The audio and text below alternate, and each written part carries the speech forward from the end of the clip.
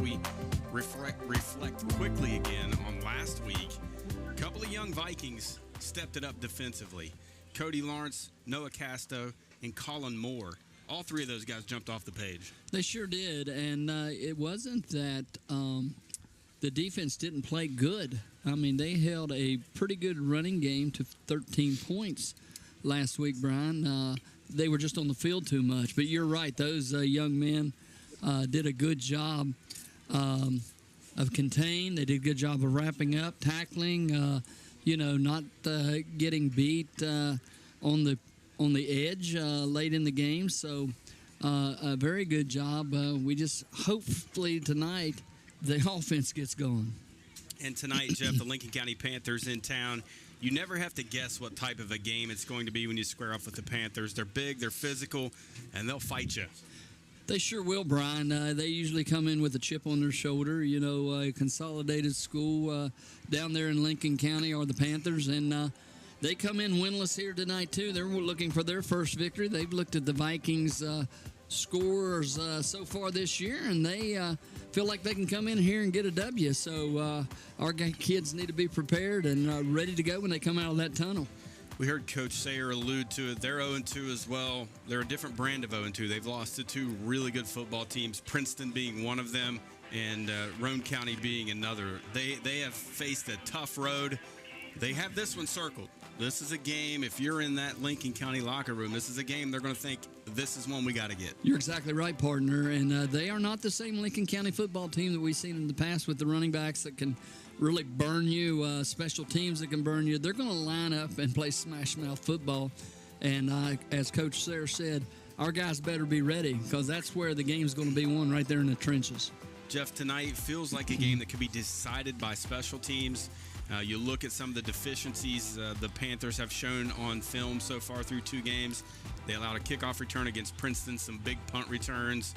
That could be what gets the Vikings over the hump here tonight. They got some guys back there that can make things happen. They have Lawrence, D'Amico, and obviously Myers who can get the football, get up the field, maybe get one into the end zone here tonight or get us into some good scoring position. And, Brian, they've done a great job this year on kick returns, whether it be punts or kickoffs. And so you're exactly right. If we can get one of those guys loose and break a big one, I mean, we could get the momentum going our way. So let's just see what happens here tonight.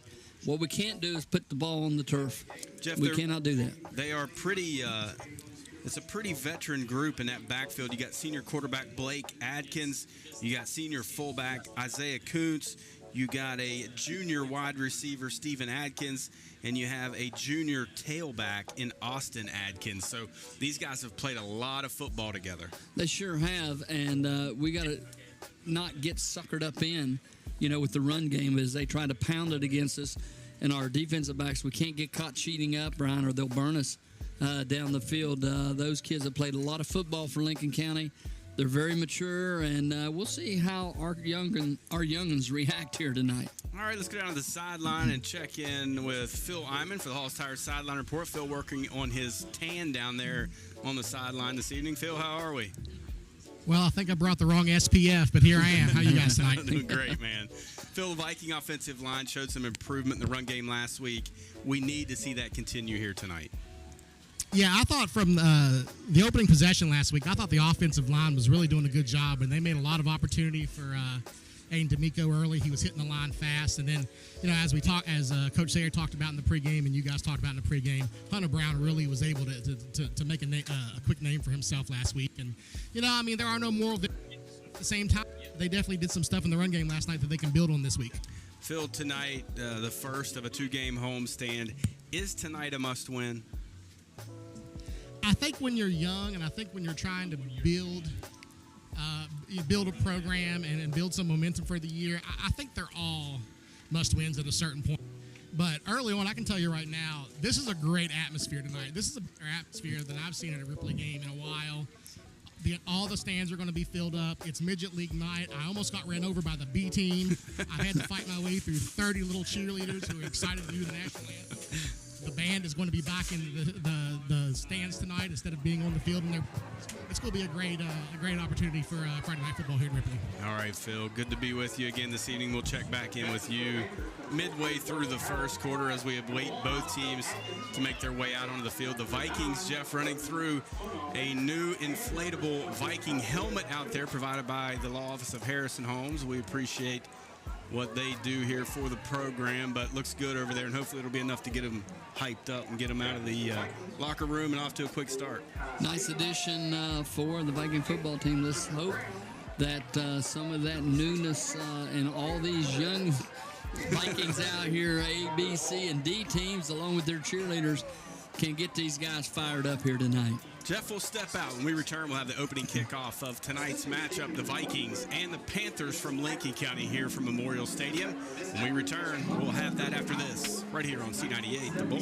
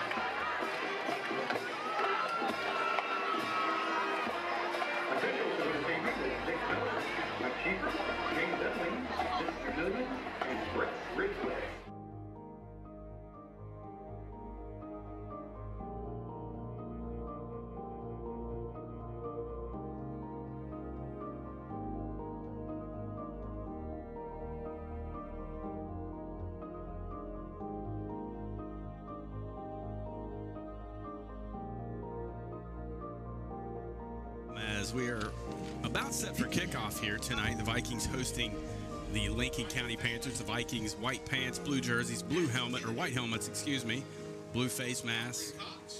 Some nice shiny Viking head emblems on those helmets, Jeff. They got a little bit of a gold tingle to them. It's a twist I haven't seen yet out of those Viking uniforms.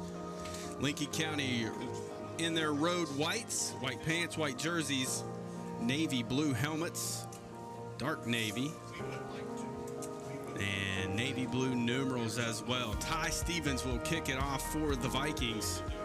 Atkins deep to return, along with Banks. Stevens approach, puts a foot to it, angling at the 29, caught up across the 35, and a big hit right at the 37-yard line after a pickup of about 8 yards.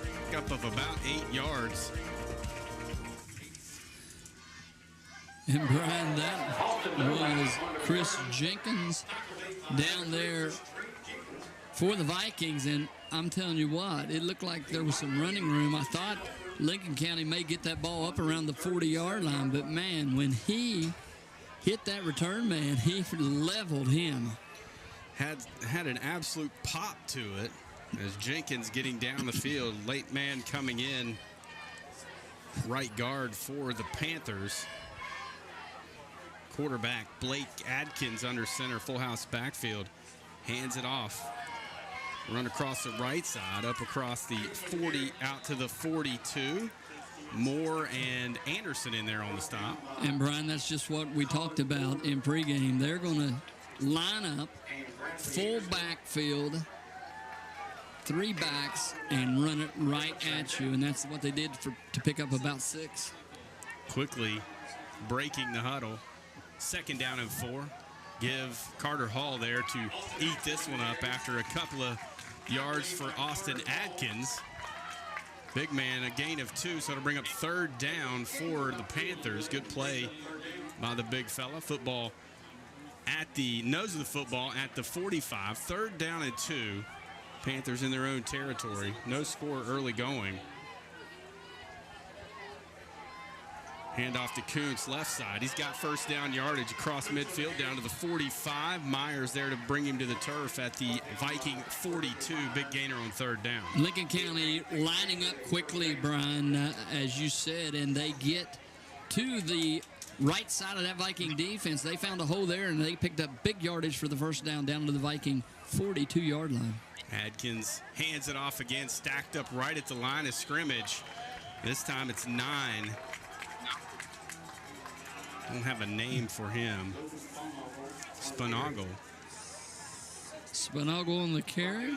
No gain, maybe a half a yard. Hall again stuffing up that inside, he and Anderson. 2nd down and 10. Here's the handoff. It's Kuntz again, left side, running room, across the 35. He's down to the 33-yard line. Late penalty flag flies in.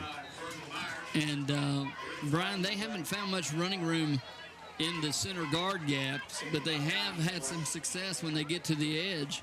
Another big run for Lincoln County off the right side in between the tackle tight end gap.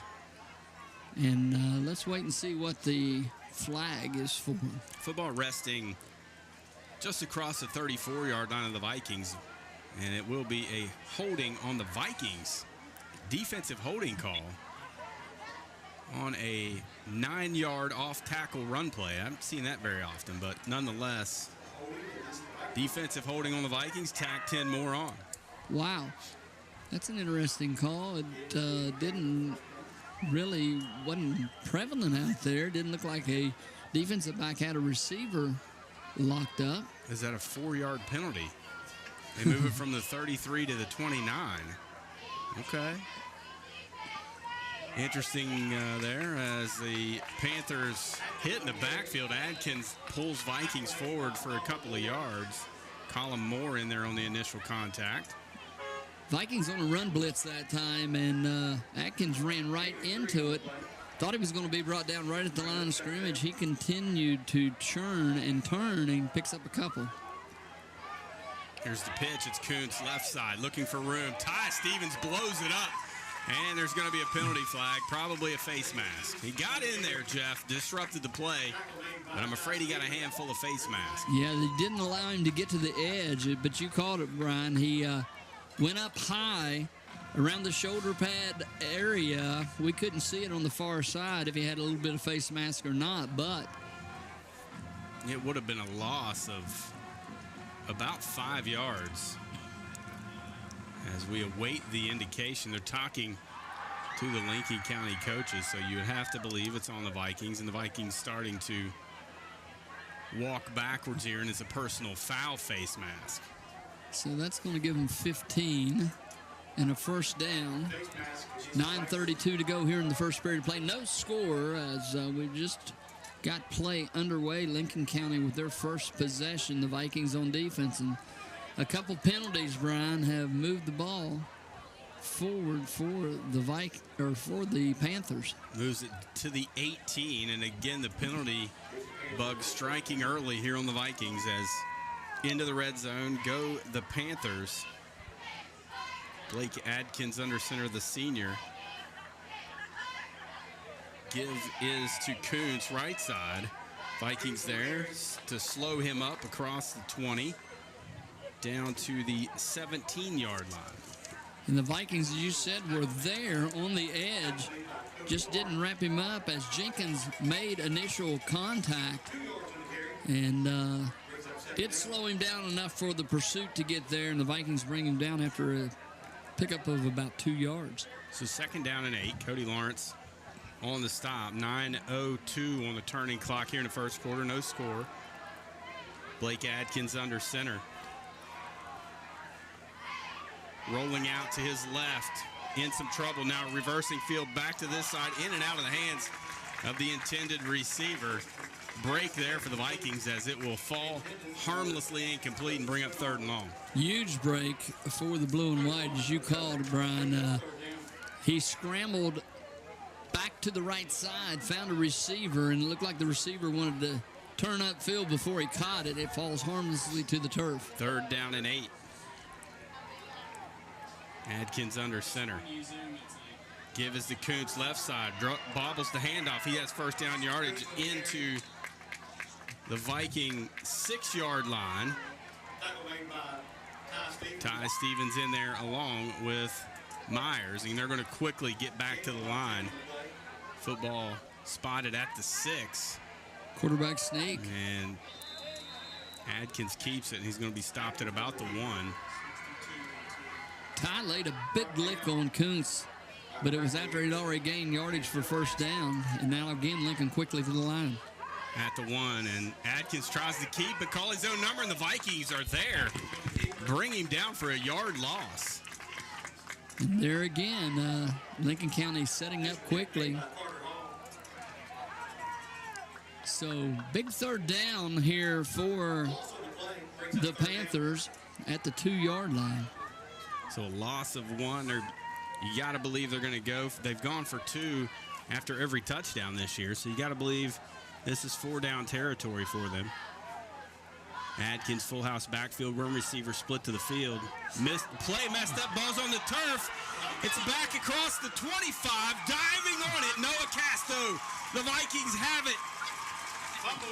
The defense stiffens, Jeff, and the Vikings get a turnover. Finally, one in the column for the Viking defense. Big stop. And if he's able to field that, Jeff, he could still be running. He's gone. Brian, I saw that same play in the LSU game. They were right at the goal line, pitched the ball and fumbled it.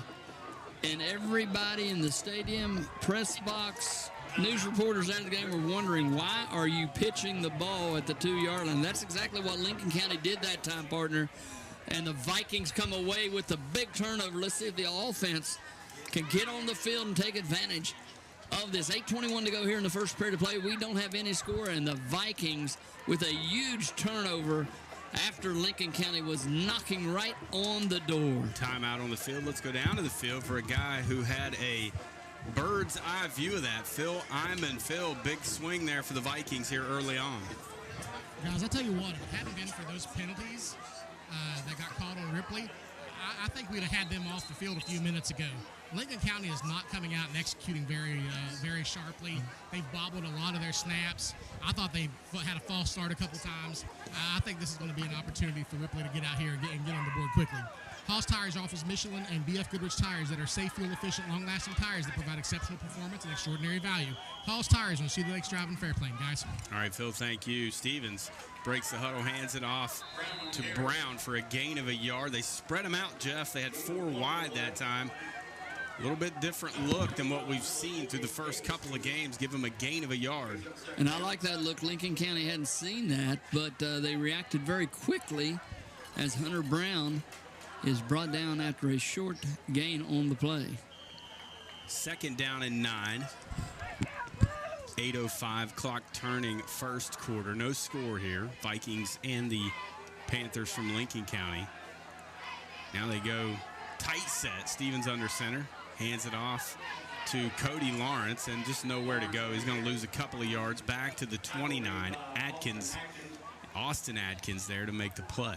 And there's that quick reaction. You know, they got some guys up front, Brian, with some pretty good size, and they're long and lean.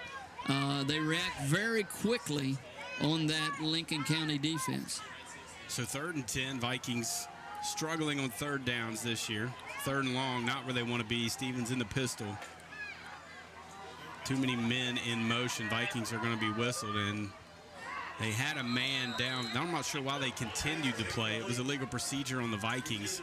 Had 2 men moving, so it'll be 3rd and 15. That play should have been blown completely dead, Jeff. But sure they let him play on. Yeah, sure should have. And, you know, the bad thing about it was it went through the hands of a Lincoln County defender. If they picked that off with the play continuing, that could have been a disaster. But 3rd and 10 now, they're going to move it back, as you said. And Lincoln County refuses the penalty. Okay. So it'll be 4th down. Okay, well. Oh, yeah, they let the play continue. Okay, yeah, I get it. Should have been a dead ball. Man, I'm all confused up here. You're not the only one, as Stevens end up punted away for the Vikings. Adkins deep to return at his own 30-yard line. Play clock hasn't started yet. Play clock never started. Snap back, Stevens gets the punt out of there. Wobbly punt, angling toward the Lincoln County sideline and takes a big hop down inside the 30, down out of bounds at the 25. It appears, let's see where they mark it, Jeff. That is a big swing in field position for the Vikings, down to the 26 and out of bounds, a 45-yard punt with no return. Well, the Vikings didn't do a very good job on their first offensive possession, but they were able to flip the field back, Brian. As you said, Lincoln County will start at about their 27 now, they're going to say. So 1st and 10, Viking defense back on the field. Adkins back under center, single receiver split to the Panthers sideline. Ball on the left hash, moving left to right. Busted play. Adkins nowhere to go with it. Cody Lawrence in there along with Colin Moore to stack him up. Stop him right at the line of scrimmage. And, you know, you're taught as a quarterback, if you miss the handoff, just follow the back that was supposed to get the ball up into the hole. He didn't do that. He turned the other way, turned right back into the defensive front of the Vikings that time. So no gain on the play. So 2nd and 10. Jeff, both of these teams do not want to get behind the chains, and they've both done that here offensively early on in this ballgame. Must get positive yards on 1st downs for 2 teams struggling to move the football. Handoff inside, nowhere to go. Colin Moore in there along with, as they unpile, looks like Colin Moore will be credited with that stop. And Brian, they have not found any success trying to run right up the middle of that Viking defense. Hall and others, Anderson, and of course the linebacking crew coming up in there, have shut down the inside run. So 3rd down and 9. 55 on the stop, we think might be Frankie Winter. We're not sure. He was 40. He was 40 at one point this season. Jersey number apparently has changed. 3rd down and 9. Atkins in the pistol now. Austin Atkins behind him. Fakes the give, rolling near side under pressure.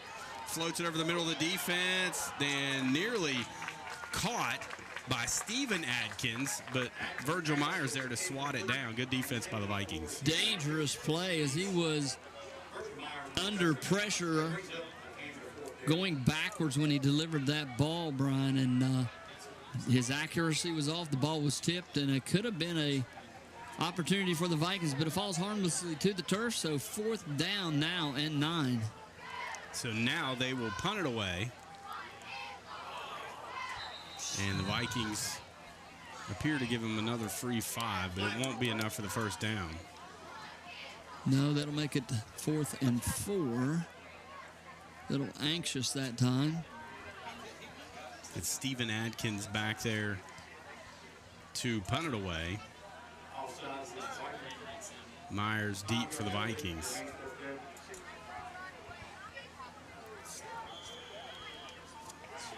So let's see if the Vikings can get a good return or at least fair catch it, not let the ball bound down toward their own end zone. Nearly blocked it, and they're going to be called for roughing the kicker as it was a short kick, and it would have been Viking football inside Panther territory. But they have roughed Steven Adkins, and it will be 1st down via the penalty for the Panthers. Colin Moore, the junior inside linebacker, was applying pressure and almost got to the punter, Brian, but made contact, and the flag flew. So that was a 16-yard punt that now will go back to the Panthers and a 1st down. Moore was there, and as you know, Brian, the technique is to get the ball coming off the foot, not trying to run up into. He got a little too deep and too close to the punter to block it. So that puts the Panthers at the 48-yard line, their own 48. Handoff. Stacked up right at the line. That's Coons. He maybe got a yard. Looks like Frankie Winter in there along with Moore once again. And Coons didn't follow his blockers, thought he could cut it back against the Viking front 4, and that just wasn't happening. As you said, Frankie Winter right there to bring him to the turf.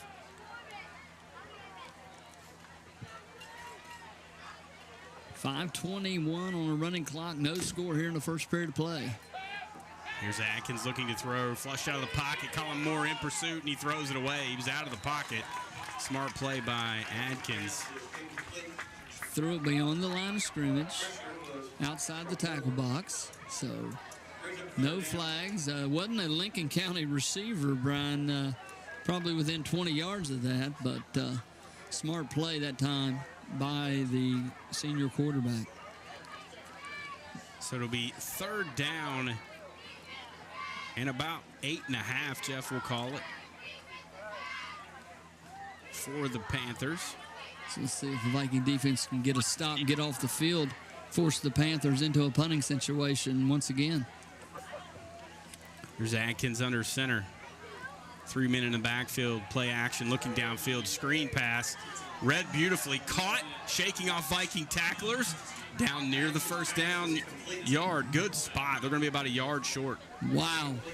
But looked like a pinball machine, Brian, as they caught the pass. Good coverage by the Vikings. Quickly up to the line is Lincoln. They're going to go for it. They keep it. They're going to be stacked up, Jeff. No way. And that's right foot, left foot. You look at the official on the far side. He gave about a half yard that was not there. This That's going to make it close. And Brian, you know, they rushed up to the line, but when you do that, if it's a silent counter, the Lincoln County offensive line didn't move. Only the center and the quarterback and the big Viking front four did not allow. And that's a great spot for Lincoln County because it didn't look like he was even close to the yards needed for the first down. He looked to me like he was a yard shy. The spot said otherwise. It's going to Now be they'll interesting. bring him out. Very interesting. It's right on the hash. They stretch out the chain, and it's going to be short. Virgil Myers gives a first down signal the other way. Viking football, good stand defensively. Sure was. After that penalty, it would have been real easy for the defense to come out and hang their heads, Brian. They didn't do that. They played very aggressively, and they will take the ball over at the 42-yard line. 1st and 10, 4:38 to go here in the first period of play. No score. Vikings 0, Panthers 0. Vikings have it at their own 42. Stevens breaks the huddle. Boyd split to the far sideline. Ball on the right hash, moving right to left. Man in motion, D'Amico. They hand it to him on the counter action, and he picks up a couple of yards out to the 44-yard line. Looked like initially, Brian, there was a hole on the left side. It closed very quickly, as we have seen in the first possession. Lincoln County reacts pretty quickly to the football and close that hole down. D'Amico able to pick up a couple. Lucas on the stop for the Panthers. 2nd down and 8 at their own 44. 4:10 remaining first quarter. No score. Stevens again under center. Same formation. Give it to the first man through. That's Ethan Kay, and he bulls his way out near midfield to be brought down at the 48. A gain of 4, Jeff.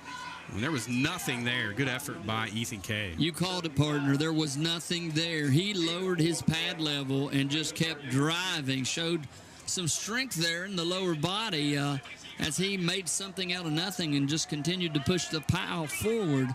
Big 3rd down here for the blue and white. 3rd down and 4. Stevens again under center. Handoff right side. Hunter Brown blown up right at the point of attack. He's able to stretch out to the 49 and gain a yard. This will be interesting. 4th down and about 3, it looks like, for the Vikings, and they're going to punt it away. Not going to take a chance of giving Lincoln County. Good spot for a fake, Jeff. Could be. Looks, we'll see. Got your quarterback punting. Austin Atkins deep to return, snap back. They'll punt it away. Stevens, it's blocked. Ball angling over toward midfield, and the Panthers have it in Viking territory at the 45 as Kuntz recovering. Right up the gut they came, Brian. The protection just wasn't there. As Ty got the snap, took a step, and there they were. I didn't know if they were going to be able to block it or not, but they did get a hand on it, and it is down at the 45-yard line on the Viking side of the 50-yard line. So good field position once again for Lincoln County. Special teams gaff there for the Vikings, and the Panthers' 3rd time they've had the ball in Viking territory. Adkins hands it off. Kuntz bouncing it near side across the 40, cuts it back across the 35. Colin Moore drags him down at the 30-yard line, a gain of 15. Wow. And that didn't look like it was going to develop at first. He did a good job, did Kuntz, of slowing himself down and looking for a lane to run in. He finally found it, turned it upfield, and picks up, as you said, 15 yards. Ball on the near hash, moving left to right.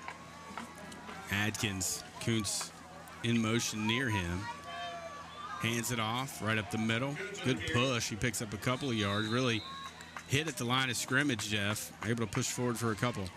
Lincoln County going to the single back set the last couple plays, Brian. And Kuntz, they ran the same play just to the opposite side, but he ran into big number 70, Mr. Hall, out there. And then the Viking others, as you said, got a good push, but only a couple-yard gain.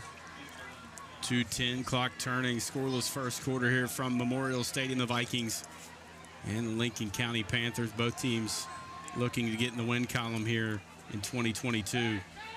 Pitch, far side, Kuntz cuts it back in, makes a couple of Vikings miss, falls forward across the 25 down to the 23, gain of 5. And that was all Kuntz. The Vikings had that play diagnosed pretty well at the line of scrimmage.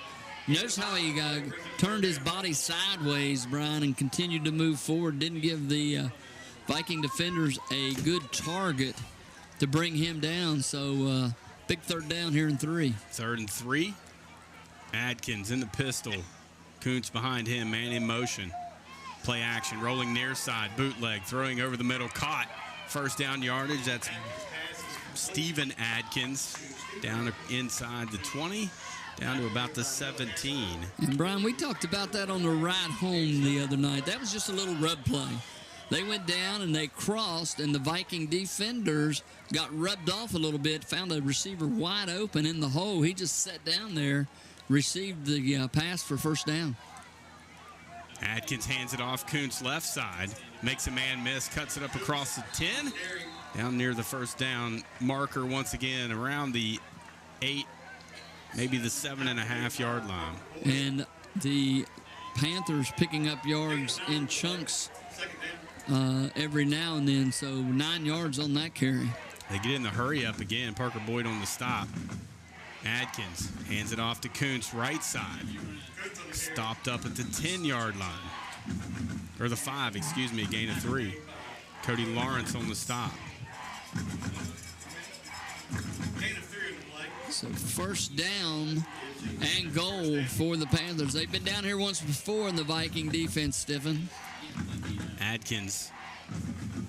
A couple of last-minute adjustments with Kuntz as they look to the sideline. Plenty of time on the play clock. 19 seconds and counting. This will probably be the final play of the first quarter, and they're going to apparently take a timeout on 1st and 5. I'm not sure why you take that timeout in that situation, Jeff. I'm a little bit perplexed by that, but nonetheless, they take one. No score, 17.3 to go here in the first quarter. Again, the Panthers in the Viking red zone threatening to score. Can the Viking defense stiffen once again? They've done it a couple of times. A turnover on the first possession of the game inside the 5. And then a stop at about the 30-yard line, I believe, in the previous drive. Now, 1st and goal at the 5. They're going to have to force them to play a little vanilla down here, Jeff. And the Vikings are probably going to have to bring some pressure. Sure are, partner. It's a bad situation to be in at 1st and 5. You're back right up against your own goal line. And we have seen them stiffen and get the turnover on Lincoln County's first drive. Let's see if we can get it done again. They break the huddle back under center. Here's Adkins. Hands it off to Kuntz. Big hole left side and rides the convoy down to about the half-yard line. I thought he was going to walk into the end zone, but it'll be 2nd and goal. Yeah, he had a good lane there. If it wasn't for a couple of Vikings coming back to make that tackle, he's in the end zone. Carter Hall made the stop for the Vikings. So that'll do it here in the first quarter. No score. 2nd and goal for the Panthers when we return. You are listening to Ripley Viking football right here on C98, The Bull.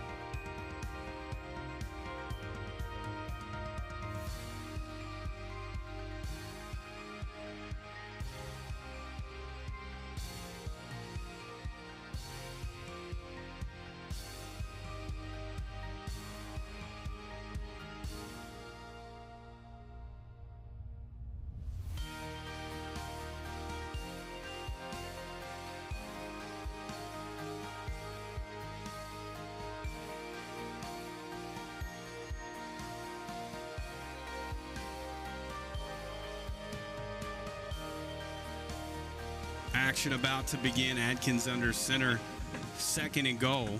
Hands it off to Kuntz. He walks into the end zone. Touchdown, Panthers. Jeff, you just can't give them that many opportunities that deep in your own territory and continue to be able to stop them.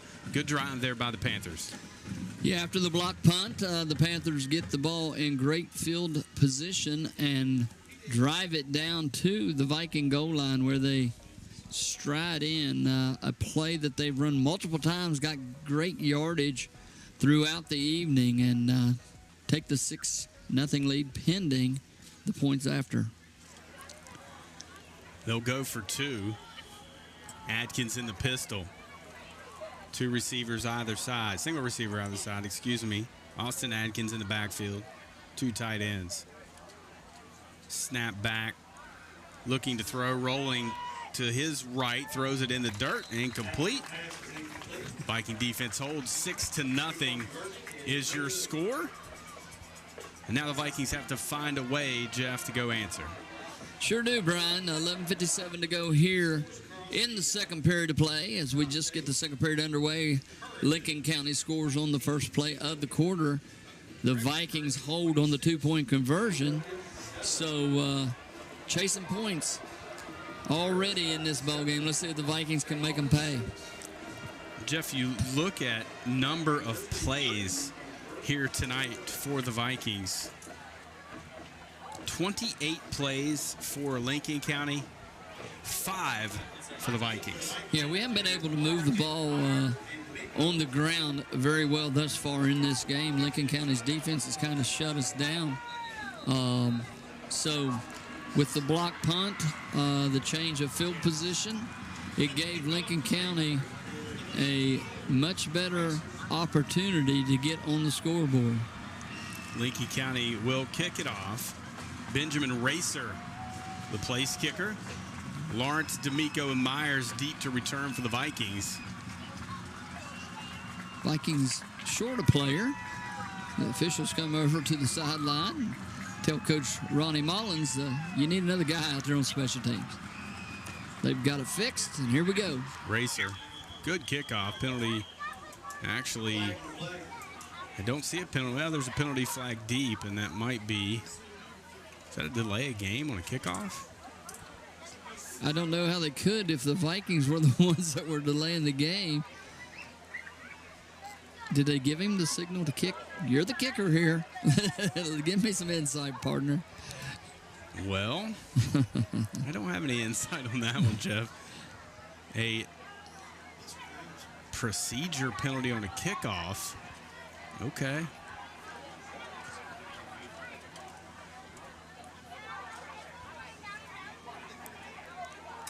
I really, honest to goodness, I don't even know what to say about that, Jeff. I've never seen that. However, it is a 5-yard penalty. It'll back them up to the 35 now. Racer will kick off from the college kickoff line. 35. Lawrence, Myers, and D'Amico will creep up to the 25. Their own 25. 11:59 to go first half. 6-0. Panthers lead it. Racer's kick, another good one. End over end. Lawrence fields it at the 24, across the 30. Full head of steam across the 40. Out to the 44-yard line. A return of 20. Really love how this kid plays football, Jeff. He absolutely headhunting with the football himself. I love it. Reckless, as you like to say, Brian, as he came up in there like his hair was on fire, made a good play getting back and fielding the ball after a pretty good kick, and he didn't hesitate. He took it right up the gut, north and south, and puts the Vikings in good field position. 11:51 to go here in the first half. Stevens hands it off to D'Amico. Jet sweep near side. Panthers sniff it out. Banks there to bring him to the turf. You can see that Lincoln County has probably watched some film on the Vikings as they just strung him out, Brian, and were able to angle him toward the sidelines. Wasn't able to ever get turned upfield, so no gain on the play. 2nd and 10. Aiden did a fantastic job getting back to the line of scrimmage in that situation. Second down and 10. Ball at their own 44-yard line. 6-0, 11:15 to go first half. Stevens under center, right hash, moving left to right, looking to throw. Floats it near side. He's got Boyd. Diving attempt, can't come up with the football. Thrown a little too far to the inside, Jeff. Parker had the man beat. Just thrown too far inside into the field. Didn't look like Boyd got off the line of scrimmage clean, Brian. There was a little jostling going down the sideline and made a valiant effort there to dive and try to catch that ball, but incomplete, 3rd and 10.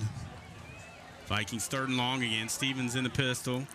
Panthers showing blitz. Here they come, looking to throw. Steps up in the pocket. Hunter Brown, one hand on it, couldn't hang on at midfield, and there was a lot of running room.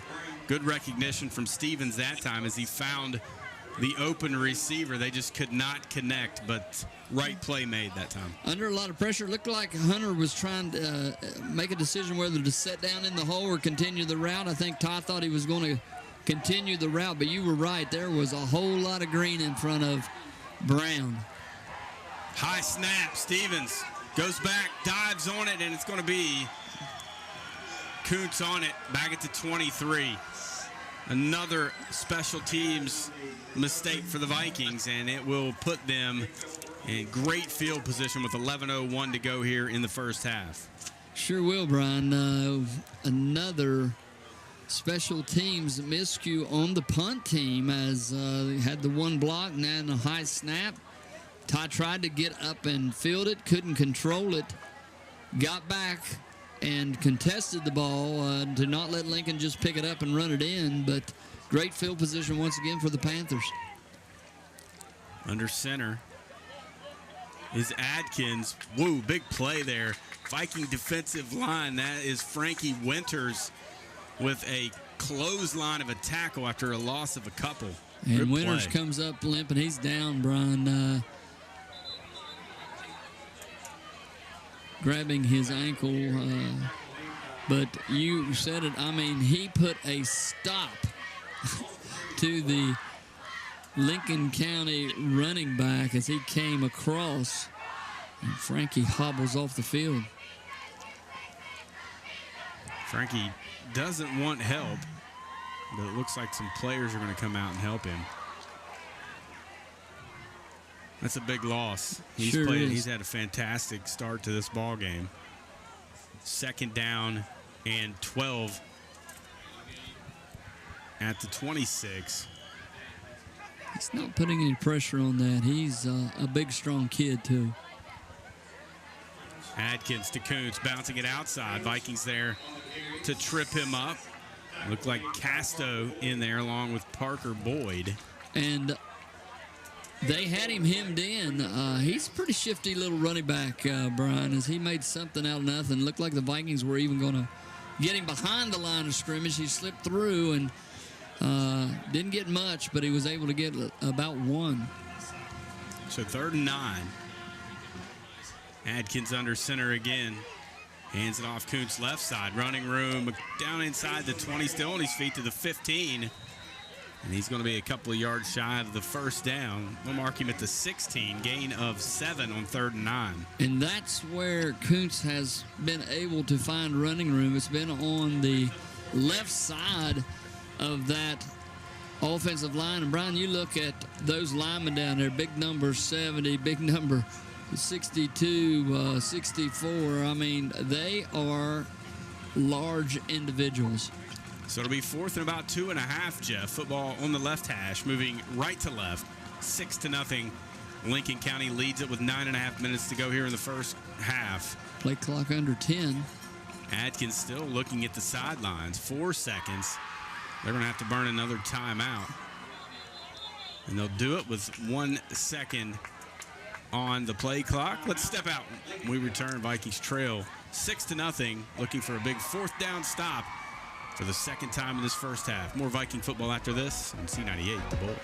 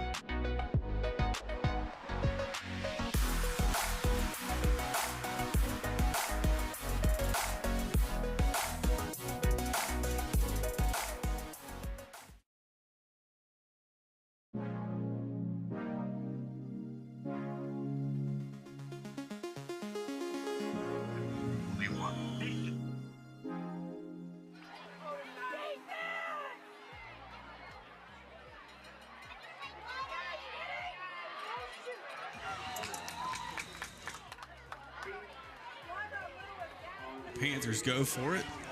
They pick up 7 yards, we'll call it, down to the 9-yard line. Big gainer there. Same play was intended to go between the tackle and the tight end, but he bounced it outside and was able to get to the edge. 1st and goal now at the 9. I formation behind Adkins. Hands it off, first man through, and wow, big collision down there. Hunter Brown on the stop after a gain of a yard.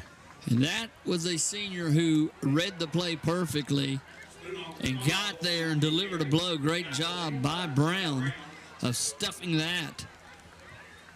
No gain on the play. No gain. I had him for a yard. They back it up. So as you said, 2nd down and goal now. Big play there by the senior. Adkins rolling out to his right, looking under pressure, throws back across his body, in and out of the hands of the intended receiver. I thought Jenkins intercepted that for a split second, Jeff, but it falls harmlessly incomplete. Got a flag on the play on the near side. The play went away from that side. So an eligible receiver downfield is the penalty, and that will be declined by the Vikings. So it'll bring up 3rd down and goal from the 9.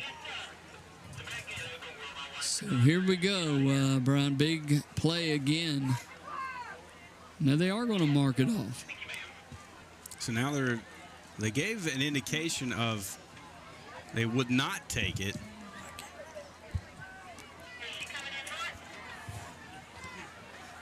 So they do take the penalty. Ineligible receiver. It'll be 2nd and goal from the 14. Now Adkins under center again. Hands it off to Kuntz left side. Good push for the left side down across the 10. Colin Moore on the stop at the 9. They went to their bread and butter, Brian, as they try to run that play again with Kuntz off the left side of that big offensive line. The Vikings were there to make the stop. So 3rd down now and 9. It seems like it's been 3rd and 9 this whole drive. Seems like they've had the ball the entire first half, and if it feels that way, it's because they have. Jeff, they've had the football over 10 minutes already of playing time here in this first half compared to 3 for the Vikings. 3rd and goal from the 9, pistol formation, 4 receivers in the formation. Kuntz single setback to Adkins' right. Hands it off to Kuntz up the middle, and he's going to be stacked up at the 6-yard line. Good stop by that Viking defensive front. It'll be 4th and goal. So here we are again, Brian. The Viking defense stiffens down there at about the 6-yard line. So big play for Lincoln County, as evidently, as you said, they haven't kicked an extra point all year, so they either don't have a kicker or don't trust the kicker. So why start now? Yeah, 4th down, right in the middle of the field. Don't you like that position for a field goal, partner? I like it anywhere. Just put the ball down on the field, straight up and down, and I'll kick it from the sideline if you ask me to. Well, not now, but several years ago. Here's Adkins in the pistol. Play action, rolling to his right, looking downfield under pressure. He's going to tuck it and run with it. Put his head down. He's going to be stopped at the 1-yard line. Good defense by the Vikings. That back 7 coming in there to make a stop. Noah Casto looked like he may have been on the initial contact. A 5-yard gainer, but Viking football as they stop him once again inside the red zone. Wow. Exhale, Brian. Looked like he had a running lane to get there. It closed quickly. He had momentum going toward the goal line, but the Viking defense stands strong, and they will take over deep in their own territory at the 1-yard line. Stevens under center, tight formation, showing pressure. He'll keep it and bull forward out at about the 3-yard line, a gain of a couple. Good play there by Stevens. Banks in there on the initial stop. 2nd down and 8 now for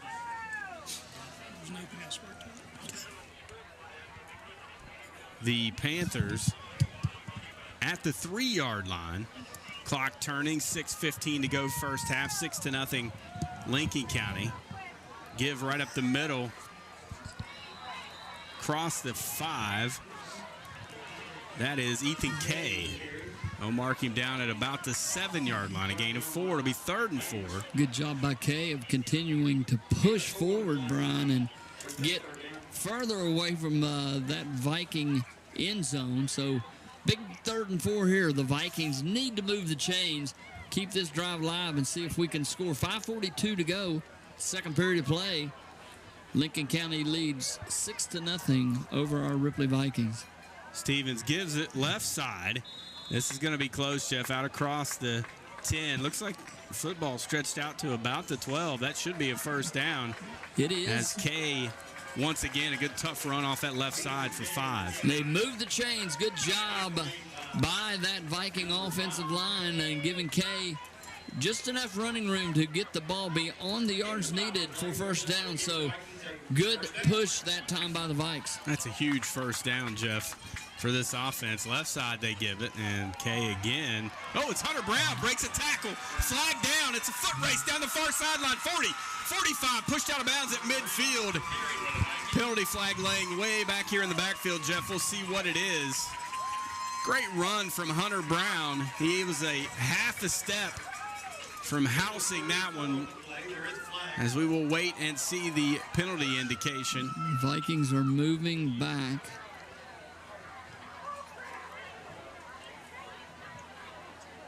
As the officials gather. Wow. Teams are standing about 25 yards apart right. I don't think anybody really knows what's going on. Personal foul, face mask on the Panthers.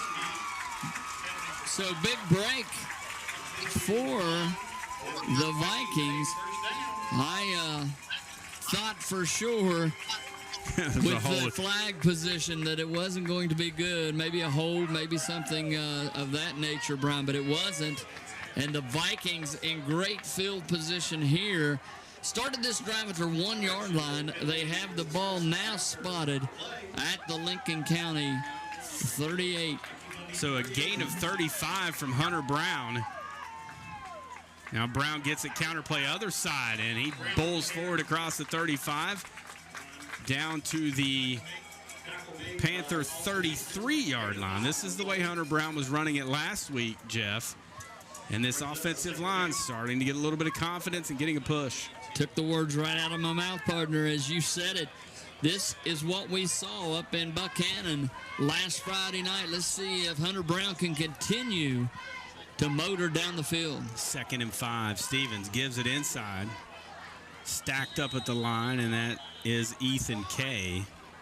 Gets back to the line of scrimmage. It'll be 2nd and 10. It's not a whole lot of running room there as Kay stuck his nose right in the middle of that Panther defense, and they stood strong that time. Big 3rd down again, 3rd and 5 for the Vikings. 84 Austin Dunlap on the stop. 4:05 clock turning first half. 6-0 Panthers. Vikings 3rd and 5. Stevens breaks the huddle. Play clock under 10. Timeout. Let's take 1-2 down at the sideline. Phil Iman, the Hall's Tires sideline. Finally, some signs of life from the Viking offense. You know, I've been waiting for something good to happen for this offense. First of all, the defense has played well all evening except for a couple plays in that scoring drive by Lincoln County. But I'll tell you what, the Lincoln County defense, you know, they're not particularly aggressive. They haven't been getting a lot of push up front. I think we've just kind of been waiting for a big run like we saw from Hunter Brown there to kind of wake this offense up. So it's a very important last 4 minutes of this half here to see if we can get down there and score and maybe put one through the uprights to take the lead here. BF Goodrich tires are built for drivers looking for high performance and aggressive styling. Next time you need tires, see the tire experts at Hall's Tires on City Lakes Drive in Fairplain. Phone 372-3799. All right, Phil, thank you. And Jeff, I just like the way Hunter Brown carries the football. He has a purpose when he gets it in his hands. He's not dancing around. He knows where he's supposed to go with it. He puts his head and shoulders down and keeps his pad level low and tries to make it happen. And that's been a difference. And he'll get it again right side. He'll pick up a yard that wasn't there, Jeff. Now it'll be 4th and 4. Yeah, a little high-low tackle that time. They tried to take him down up around his shoulder pads. He's pretty strong, the senior running back for the Vikings, and that time they chop him and bring him down after a gain of about a yard, maybe a yard and a half. Big opportunity here for the Vikings. It'll be 4th down and 4 at their own 32 near hash. Stevens under center again. Give is to Brown. They block it up. He fights forward, and he's going to be shy. I thought he was going to be able to get through that initial contact. He's going to be stopped about a yard short. The yard to gain was the 28. He got to the 29. The effort was there as he stood up at about the 30-yard line. He got back down on his feet and continued to drive, but by that time there were other Lincoln County defenders there, Brian, to, as you said, push him back and deny him the yards needed for first down. So Lincoln County back on offense as they will take over at about the 30-yard line. 3:20 to go here in the second period. 6-0 our score. Lincoln County Panthers lead the Ripley Vikings by 6 on the board. 38 plays compared to 16 for the Vikings. So the Viking defense has been on the field the entire game.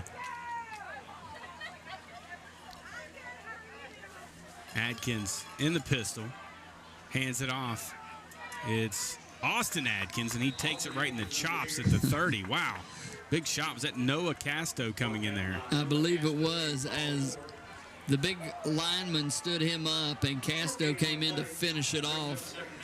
So little to nothing there on that carry. Is it just me, or do they have a lot of Adkins in this lineup? I was going to say, that's a family affair, I think, down there. There are several Adkins in this lineup.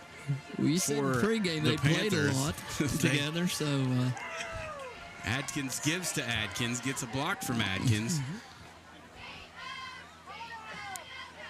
Adkins hands off to Adkins, sweep on the right side, gets the corner, across the 35 out to the 37. More in there on the initial stop. Kuntz had been picking up the bulk of the yardage for the Panthers, but Adkins carries the ball once again, picks up about 6 on that carry.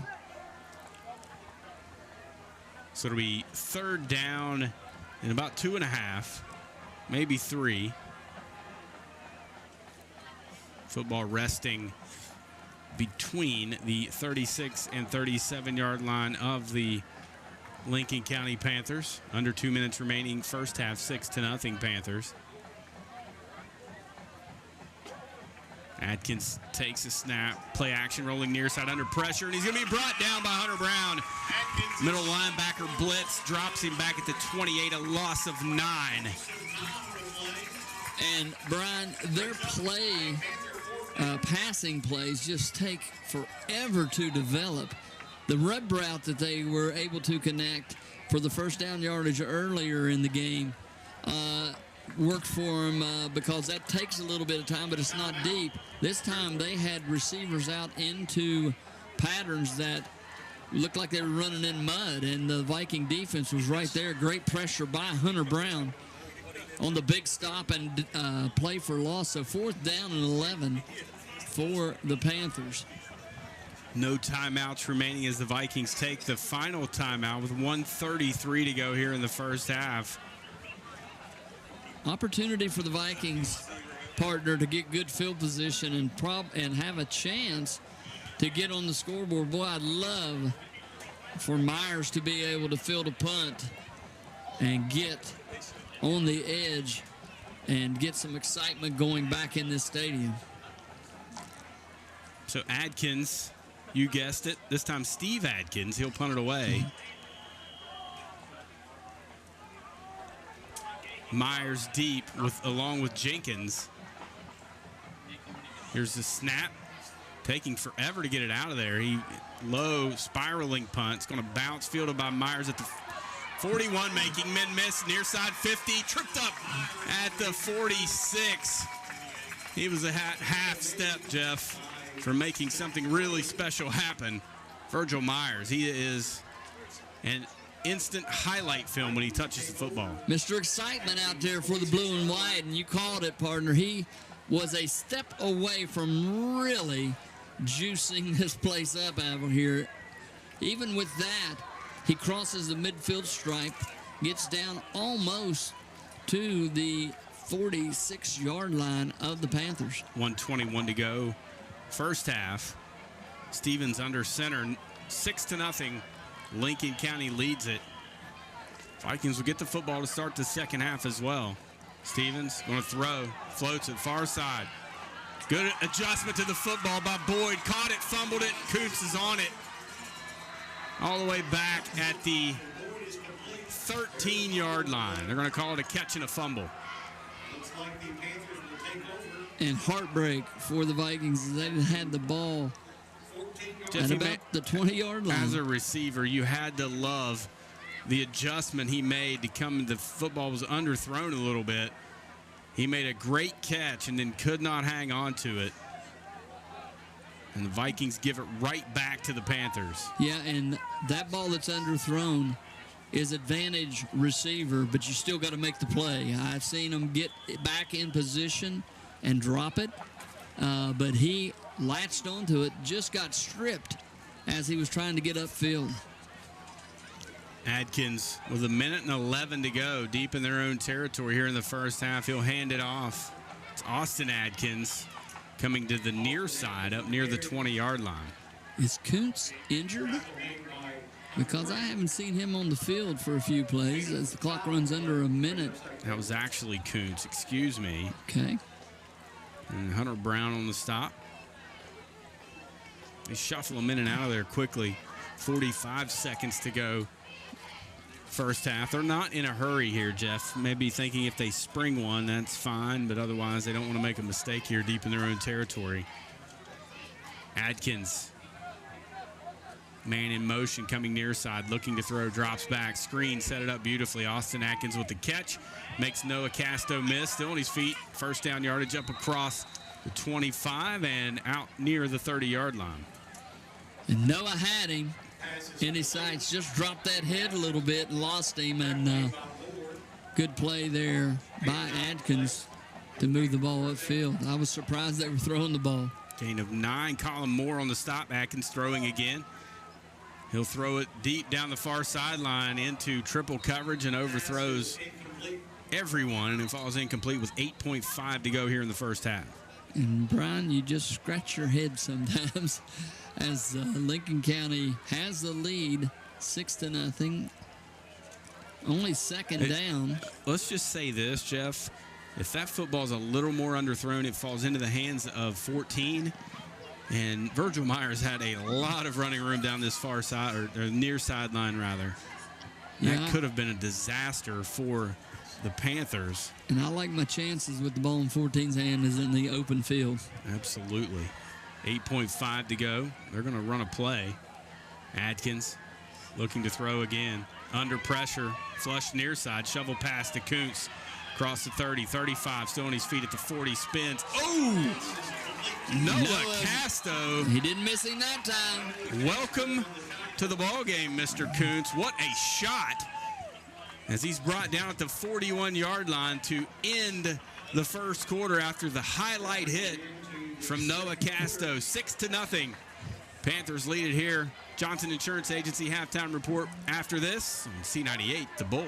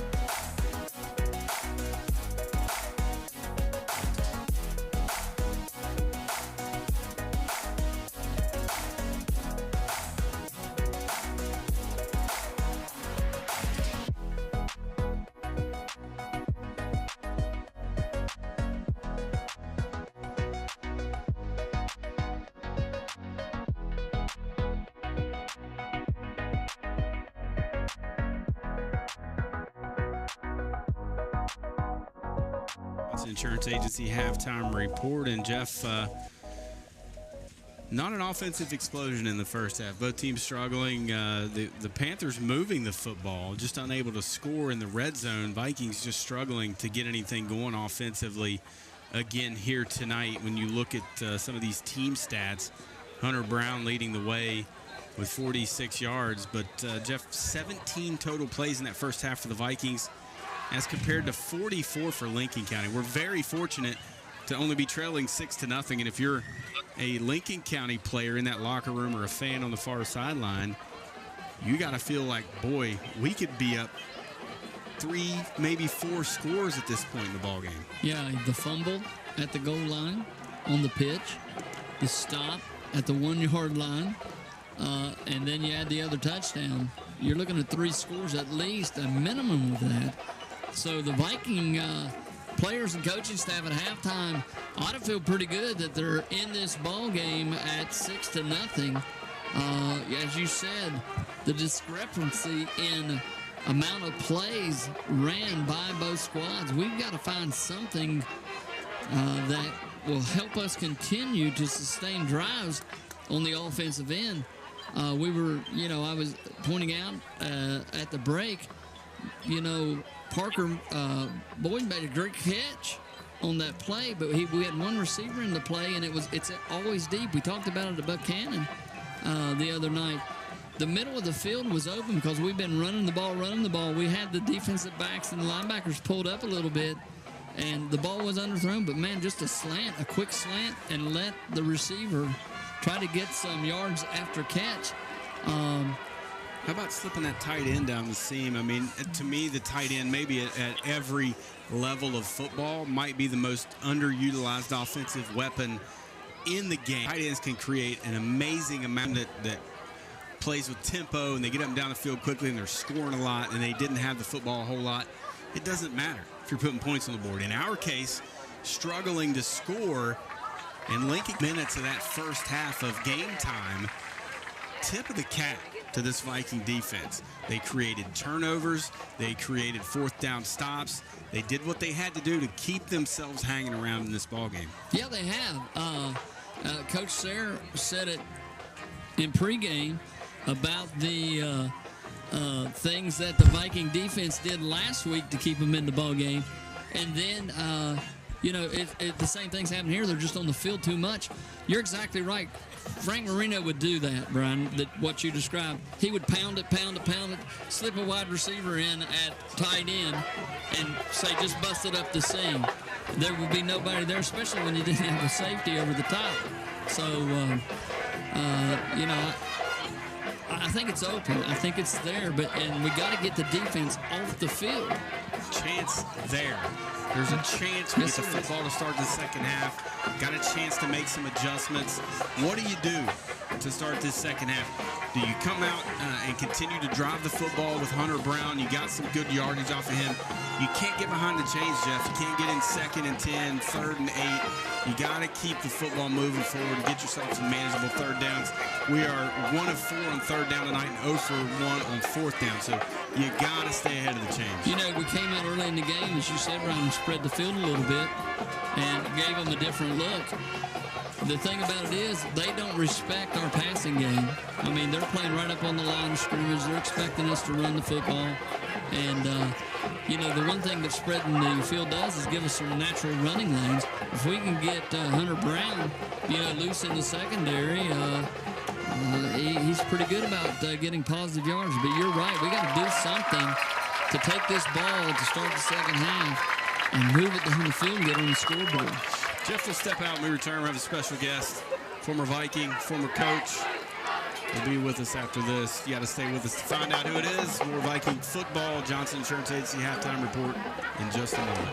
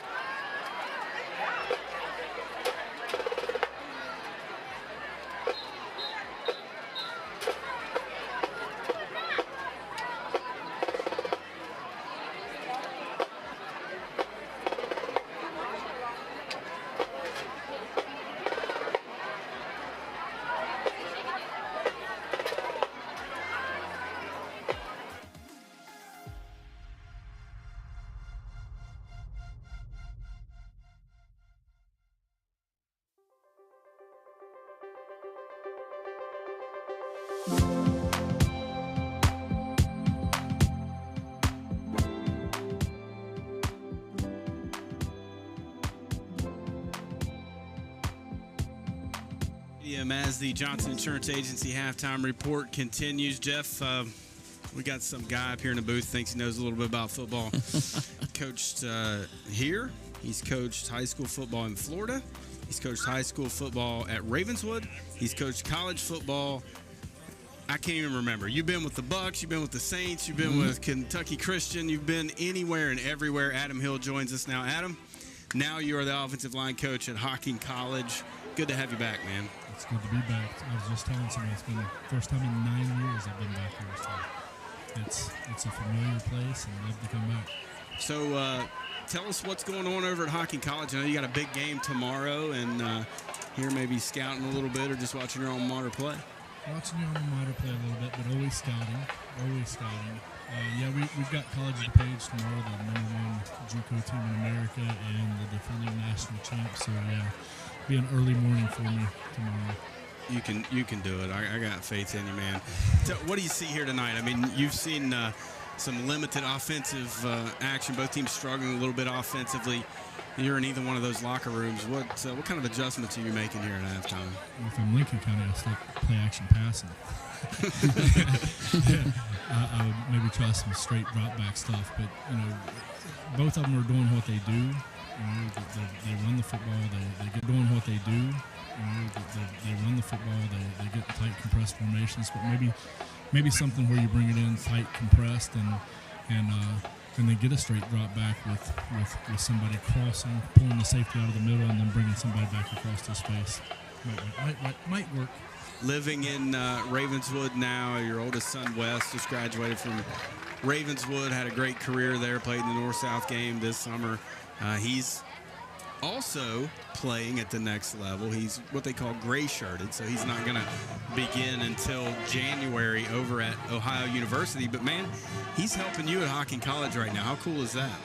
It's cool except for living in the same dorm room with him 2 nights a week. So I don't like being 50 years old staying in the men's dorm. You're cramping his style a little bit, I maybe? might be cramping his style. He is definitely cramping mine. No, it's a lot of fun being able to look across the field and see your kid, coaching college football, and he's coaching guys that are the same age as he is or a year older, and they respect his knowledge of the game and what he knows, and Wes has the foresight to know that he knows what he wants to do when he graduates. So getting him an early start coaching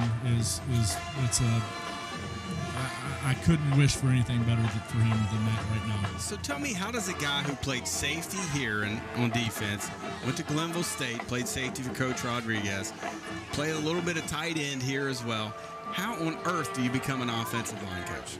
Not by choice. I was just getting ready to say, every time I talk to him, we're spreading people all over the place. X, Y, and Z are running all kinds of crazy routes. I actually, my first job in college was as a defensive coordinator at KCU, and I don't know if I did a really bad job as a defensive coordinator, and they moved me to O-line in the fall, but Dane Dameron, who's at UVA Wise now, he told me that he couldn't afford to have me on defense, and he was going to bring me back to the offensive side of the ball, and gave the O-line coaching job to me, run game coordinator, and I've been at it now for almost 20 years. You got some cool plans, man. You had a really neat thing here at Ripley High. We had a camp here in the summer back in June. Really a niche thing, man. Nobody really pays a lot of attention to those big guys until you get out here on the field during the games. And the games are won and lost at the point of attack. We all know that. But you had an offensive line, defensive line showcase here at Ripley High School and had kids from all over the state. Talk about that. Yeah, it was great. Had between 120 and 150. I can't remember the number anymore. It's the concussion stage for playing strong safety. But Yeah, 120 to 150 kids. We're hoping that grows. We're planning on putting on about 6 of them actually in the spring this year, along with some combines. And we're partnering with Coalfields and Company, which for high school football fans around the state know Coalfields. They do a great job, but they're going to kind of use us as a scouting arm in their publications and stuff like that. And then myself, Anthony Davis, former Tampa Bay Buccaneer, Virginia Tech guy, and George Selby of the Dallas Cowboys, we started the same business idea in Tampa and grew it immediately. And I was just thinking, if I'm going to be in the area and there's nothing like that up here, then we're going to go ahead and start that business up here, hopefully this spring. And I've already got a client list growing as we speak.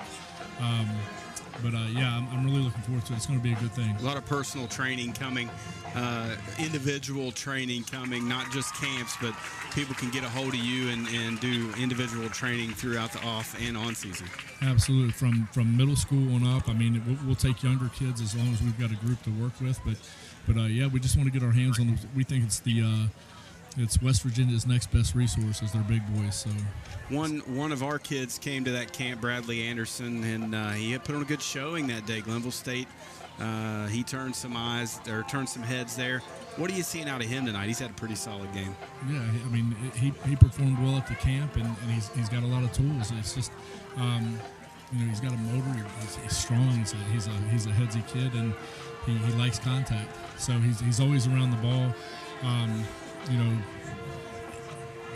He's got a big upside. He's got a future in football if he wants it. And people don't understand, Adam. It's about, you can be as good as you want, but if nobody knows how good you are, you're not going to get a lot of options, and that's what this is going to allow. Those camps, you had college instructors here, so you had coaches from all around the state that were here training these kids. A recruiting opportunity for them and an opportunity for those kids to be recruited.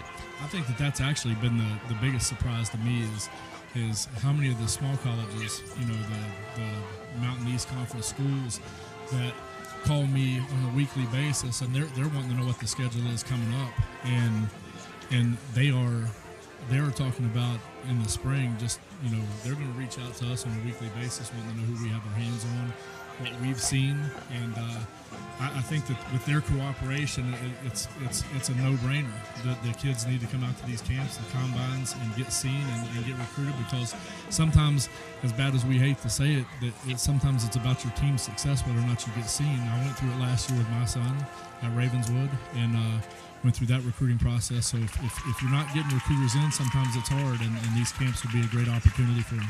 And then, Adam, you hear so often, well, if you're good enough, they'll find you under a rock. Not necessarily. These college coaches are busy.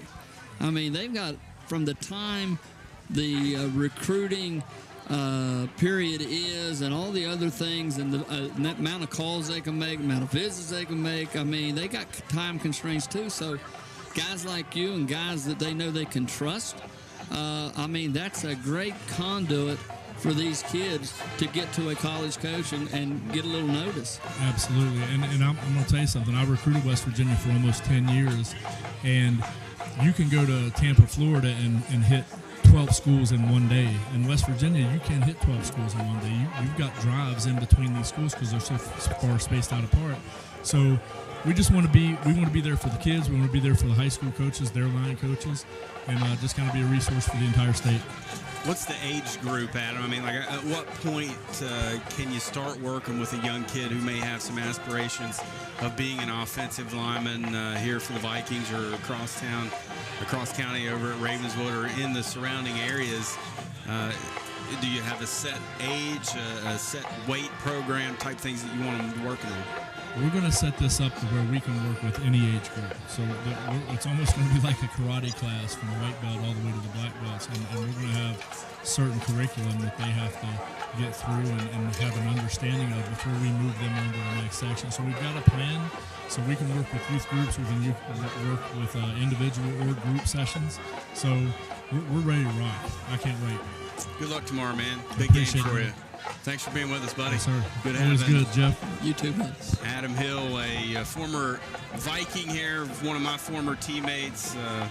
coached all over the United States, now at Hocking College, and he's going to be doing his thing here in the county. So if you are an aspiring lineman, offense, defensive line, get a hold of him. He can help you. He's been around some great ones, and he's got some great resources to help you get better, improve, and be the best you can be. We'll step out.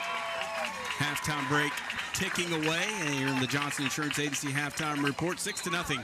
Lincoln County leads it. Second half action after this on C98, The Bolt. I would like to remind you that Vikings Fest Fan Festival will be Saturday, October 1st at 12:30 p.m.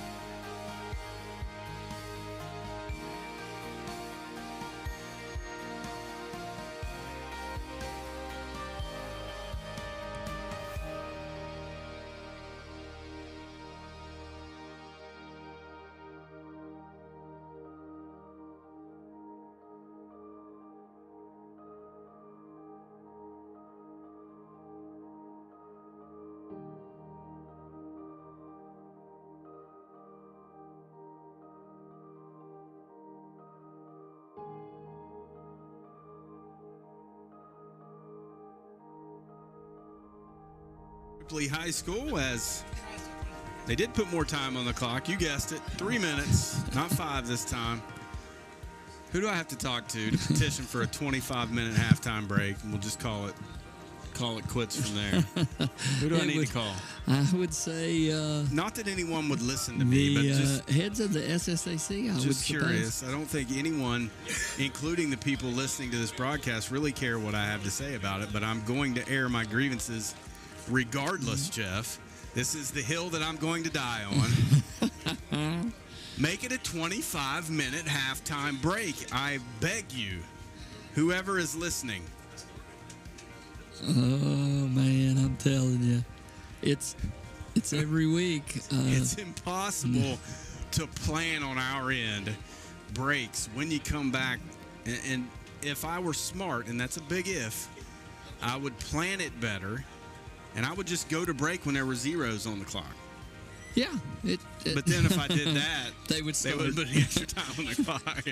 So now we go through we put more time on the clock, and now we go through the whole halftime captains meet to tell each other what they already know to kick it off. Yeah.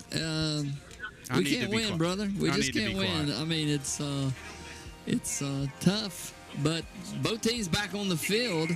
Officials back on the field. The pride of Jackson County performing again at halftime. Lincoln County did bring their band also, but the pride really put on a show here at halftime. So proud of our band, and great halftime show. Boy, they do a great job, as always, and it's always great entertaining this Viking crowd. A good one we have here tonight. Phil talked about it. As Phil's down there on the field right now. Phil, you get a better look at the crowd than we do, but it looks like a pretty solid one here tonight. Well, it's just like I said in the pregame. This crowd came early, and this is one of the bigger crowds that we've seen down here in a couple of years. When you get all the midget league teams out here, the youth league cheerleaders, and obviously, all the families of the players and the band members, and the best part of it is if they haven't went anywhere since halftime started. They're not nearly as put off 3 or 4 minutes as we are. Absolutely. Somebody's I think I'm the most irritated about it, and I'm the one who's jacking my jaws about it. But it is what it is, man. We just deal with it and move on. This too shall pass. Vikings get the football. They will be receiving, moving from our right to left toward the 3rd Avenue side of Memorial Stadium as we await the Panthers make their way out into kicking formation. Ben Racer will be the kickoff man for the Panthers. Lawrence, Myers, and D'Amico deep, standing at the 20-yard line.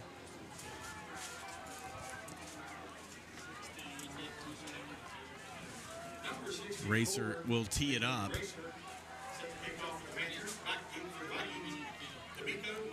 It's not a lot of flow or rhythm to this game, Jeff. Even coming out to kickoff, it's just been disjointed, to say the least. Whistle's blown to action. Now Racer will approach. Low end-over-end kick, and it's booted at the 34 by Jenkins. Makes a man miss. Up across the 45. That looked like it was going to be a disaster for a moment.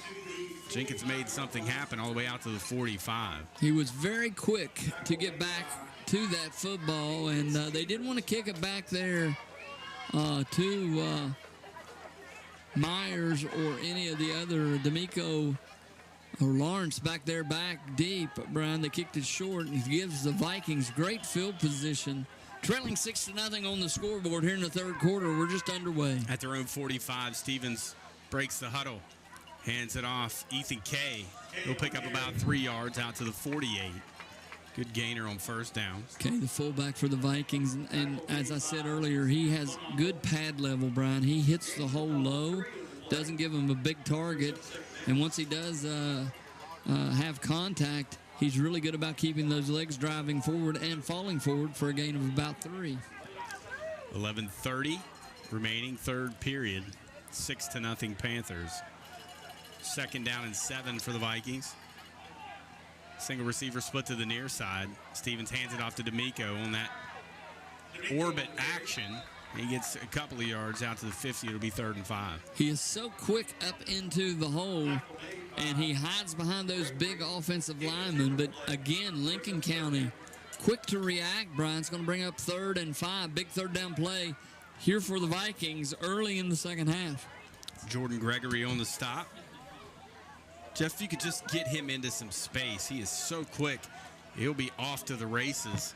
Just haven't been able to shake him free yet. 3rd and 5. Empty set. Stevens under pressure, steps up in the pocket. He's got the first down. Puts his shoulder down to the 41. Good play there by Stevens. 9-yard gainer on 3rd and 5. And that's what we've been waiting on out of Ty Stevens. He not only made a quick decision, but when he decided to go, he went full steam ahead and saw the yards to make and was there, Brian, for the first down. So the Vikings keep this drive going on a big third down play.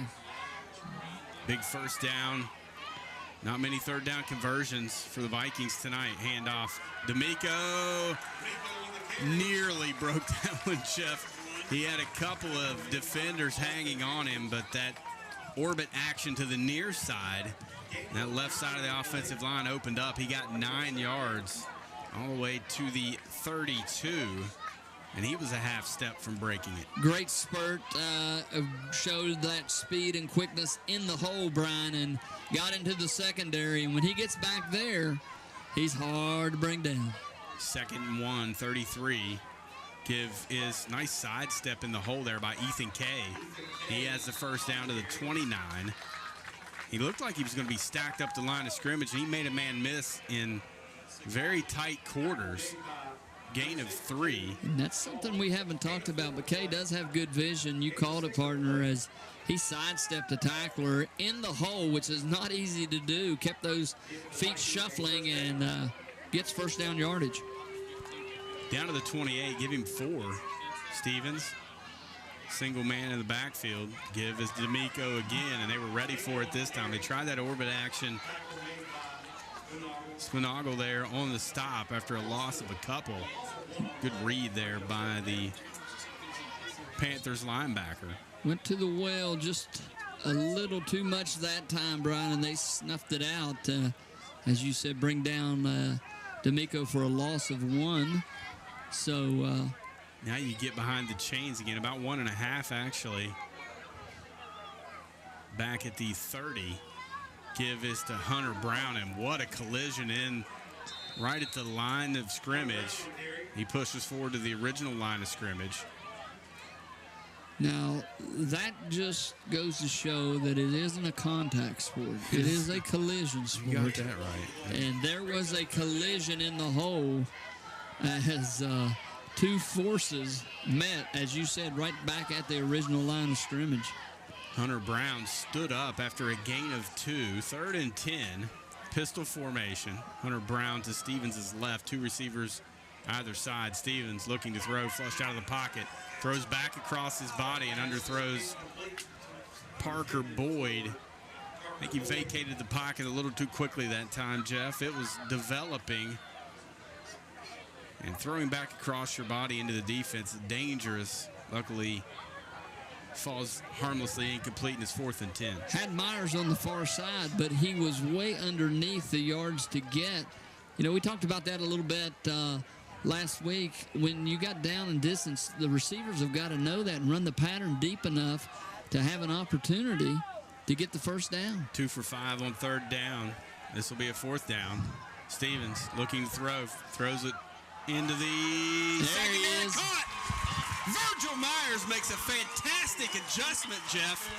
The ball was thrown behind the defender. Virgil gets his head around, finds the football, hauls it in from 28 yards. Vikings are on the board. And a good job of knowing the down and situation. Brian, it was 4th down long. You throw it up down there and hope for the best. Even if it gets knocked down or intercepted, it's gets Lincoln County in deep field position. So worth the chance. Touchdown Vikings. And with this game is now tied up with the Vikings going for 2. This gives me hives to see the Vikings go for 2, but they will. Stevens looking to throw out in the flat. Hunter Brown's got it. Vikings have a 2-point lead. 8-6. Good play design and very good execution from Stevens to Brown. And the Vikings have their first lead of the night. And you love, as you said, that play call. You love the execution as Brown was wide open. And even if there had been pressure on Stevens where he had to get out of the pocket, there was plenty of room for him to get that pass off and Brown to still get in the end zone. So 8-6 Vikings, 7:54 to go here in the 3rd period of play. The Vikings come out, Brian, and get on the scoreboard. What a great opening drive for the Vikings to begin this second half. Sure was. And, you know, we did it by ground a little bit. D'Amico had some good carries. Kay got some tough yards. And then the deep pass play on 4th down.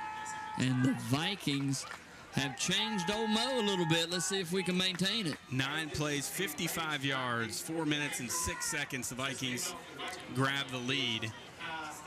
Adkins deep to return along with Banks, I believe. Stevens will kick it off. Good kick. Retreating over the heads of the returners, and it'll trickle into the end zone for a Viking touchback. Good kick by the senior. First touchback of the year for the Viking defense. And, Jeff, that is huge. If you can get a touchback, your defense already pins them back at the 20. They got a long field to go. Chances of you executing and driving 80 yards and scoring become much more slim than if you had the football at the 35, 40, 45-yard line. A little adrenaline, I think, in Ty Stevens after that score. Where are they going to spot the ball here? It goes to the 20. College football goes to the 25. Haven't seen a touchback, I assume, maybe. I don't know, as they discuss. Now there's a penalty flag. Personal foul is the indication on the Vikings, so. It's at the 30-yard. I didn't see it, but it was down at about the 30-yard line. Wow. So brings it out to the 35. Bit of a buzzkill. Dead ball, personal foul, and now they'll have the football at the 35. So a free first down plus for the Panthers. 7:54 to go here in the 3rd. 8-6, the Vikings lead it. 2-point conversion was big. Now pressure on the Panthers if they score again to convert the 2-pointer. Here's a handoff. Kuntz left side. Running room across the 40 out to the 45. Still on his feet out near the 50. And they'll bring him down right on the 50-yard line. We got an injured Viking coming off. That's Lawrence, I believe. He made the tackle and he got hurt in the process. 15-yard gainer for Kuntz. So 30 yards on the penalty and the run here to start this drive. And they're right at midfield. Just like that with 7:36 to go here in the third. Football left hash, moving left to right. Inside. Actually faked the give inside. Penalty flag comes out. Stops right at the line of scrimmage. Looked like a face mask. Maybe of the 5-yard variety, but they were up high. Oh, no. Holding on. Good deal. So Torres on the stop. Penalty flag will back up the Panthers. So that it'll take them back on their side of the 50 to about the 40. We did see a 4-yard penalty earlier, so we'll see. This one should be at the 40. Let's wait and see. There we go, 40-yard line. 1st and 20. We'll help them now for the Panthers. So big break for the Vikings there as Lincoln County comes out and counter punches and moves the ball to midfield, but it's going to come back on the holding penalty, 1st and 20. Penalties are an absolute drive killer. Can be handoff inside Kuntz, running room 45, cuts it back toward the far sideline, and Myers runs him out at midfield.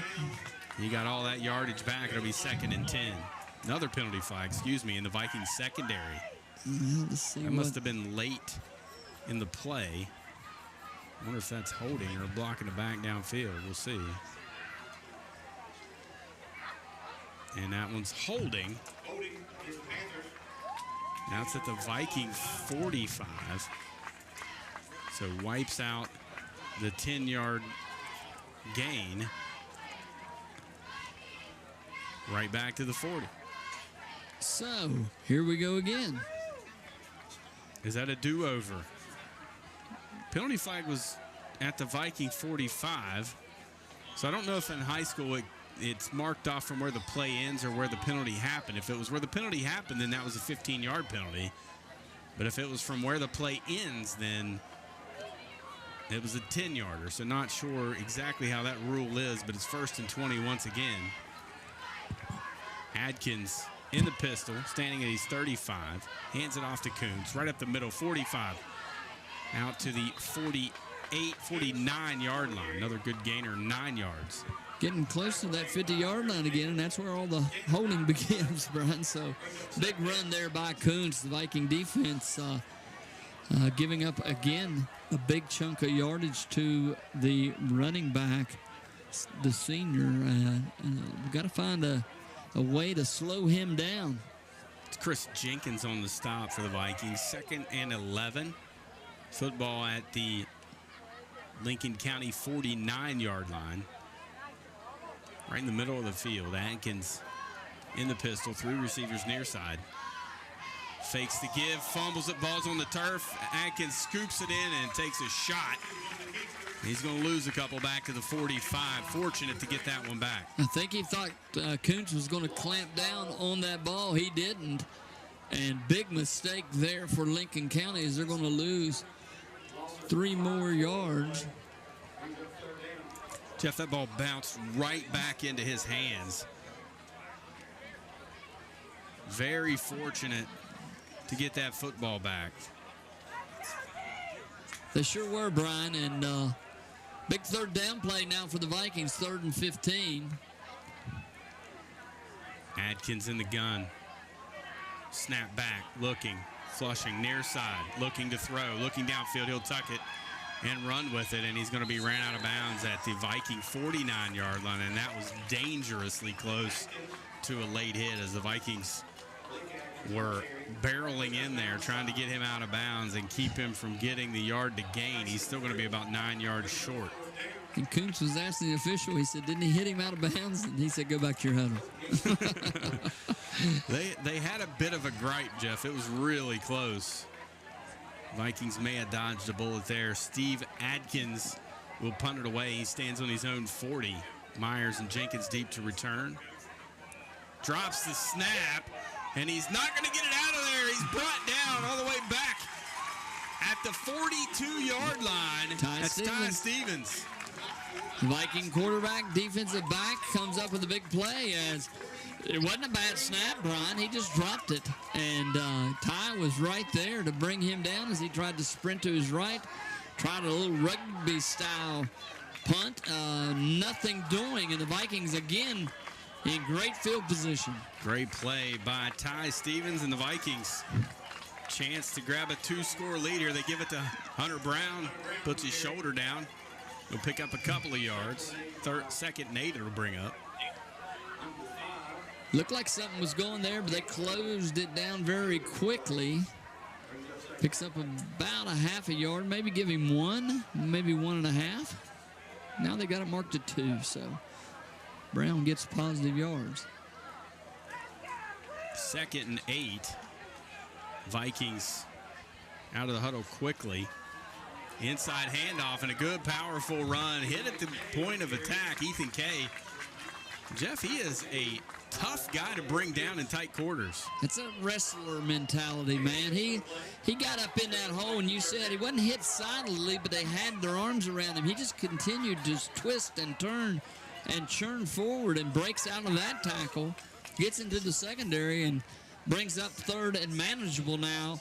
It could have been 3rd and long. Now it's only 3rd and 2. So 3rd down and 2. Stevens under center. Hands it off. Ethan Kay. He's going to be short of the first down. Could be brought down right at the 35-yard line. Looked like he was going to be able to bounce out of there, but they came quickly. But 4th down at the 35, and the Vikings offense is huddling up as Boyd brings in the play. So it'll be 4th and very short for the Viking offense, and this could be a very big conversion here if they can get it just to keep the football and keep some momentum. Stevens. And the Vikings jumped early. Penalty flags flying. Stevens took an absolute shot. And I think the Vikings jumped early. That play should have been blown dead. I think you're right. And, boy, they were coming on an all-out blitz. I mean, Ty took a shot that was absolutely not needed in that point. That whistle should have been blown. That should have been a dead ball. It's going to be a false start on the Vikings. That's twice this game that the offense has moved and they've thrown the flags but not stopped play.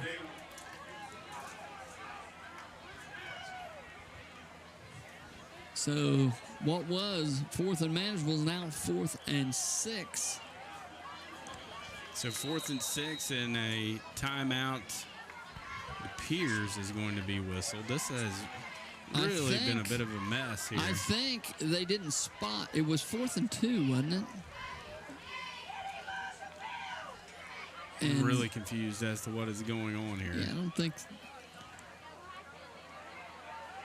Yeah. Now they moved it back to where it's a long 6, short 7 for a Viking first down.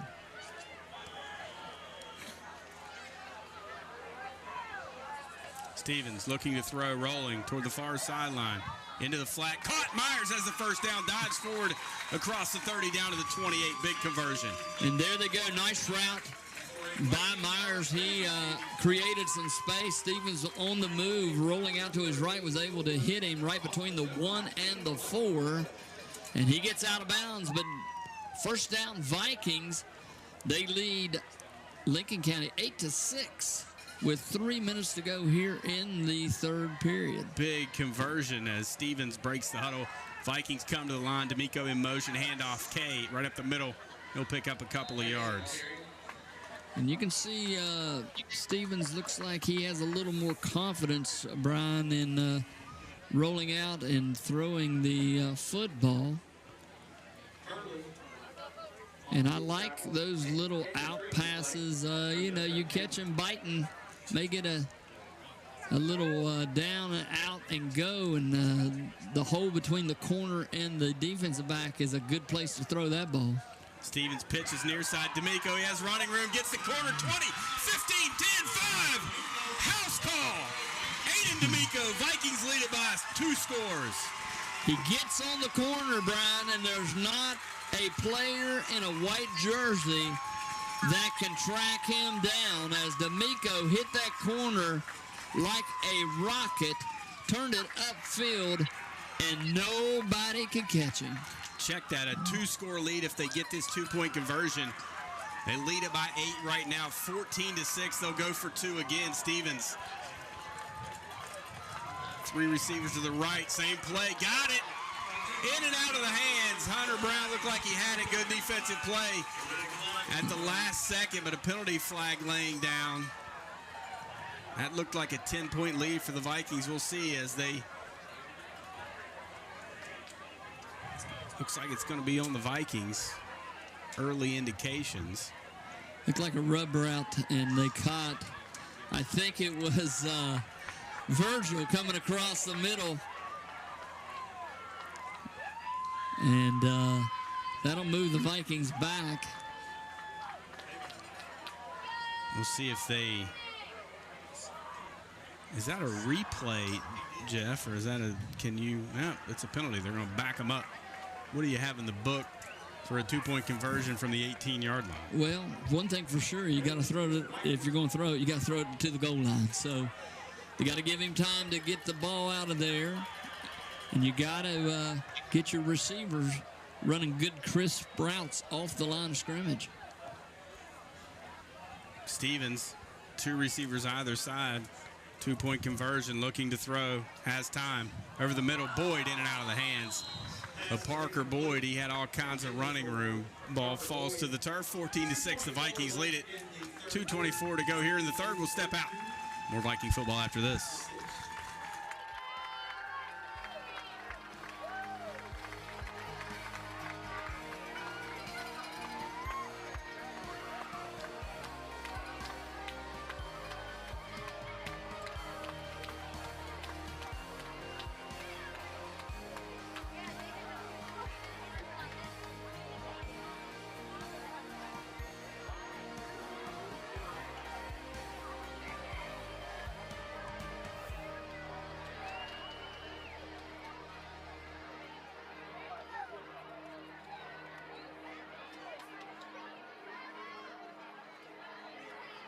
Atkins and Banks back deep for the Panthers. Touch kickoff Vikings will be Ty Stevens.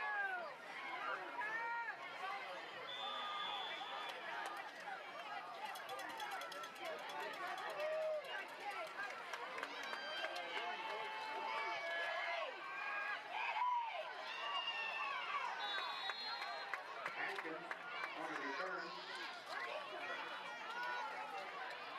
Tackle made by Ty Stevens.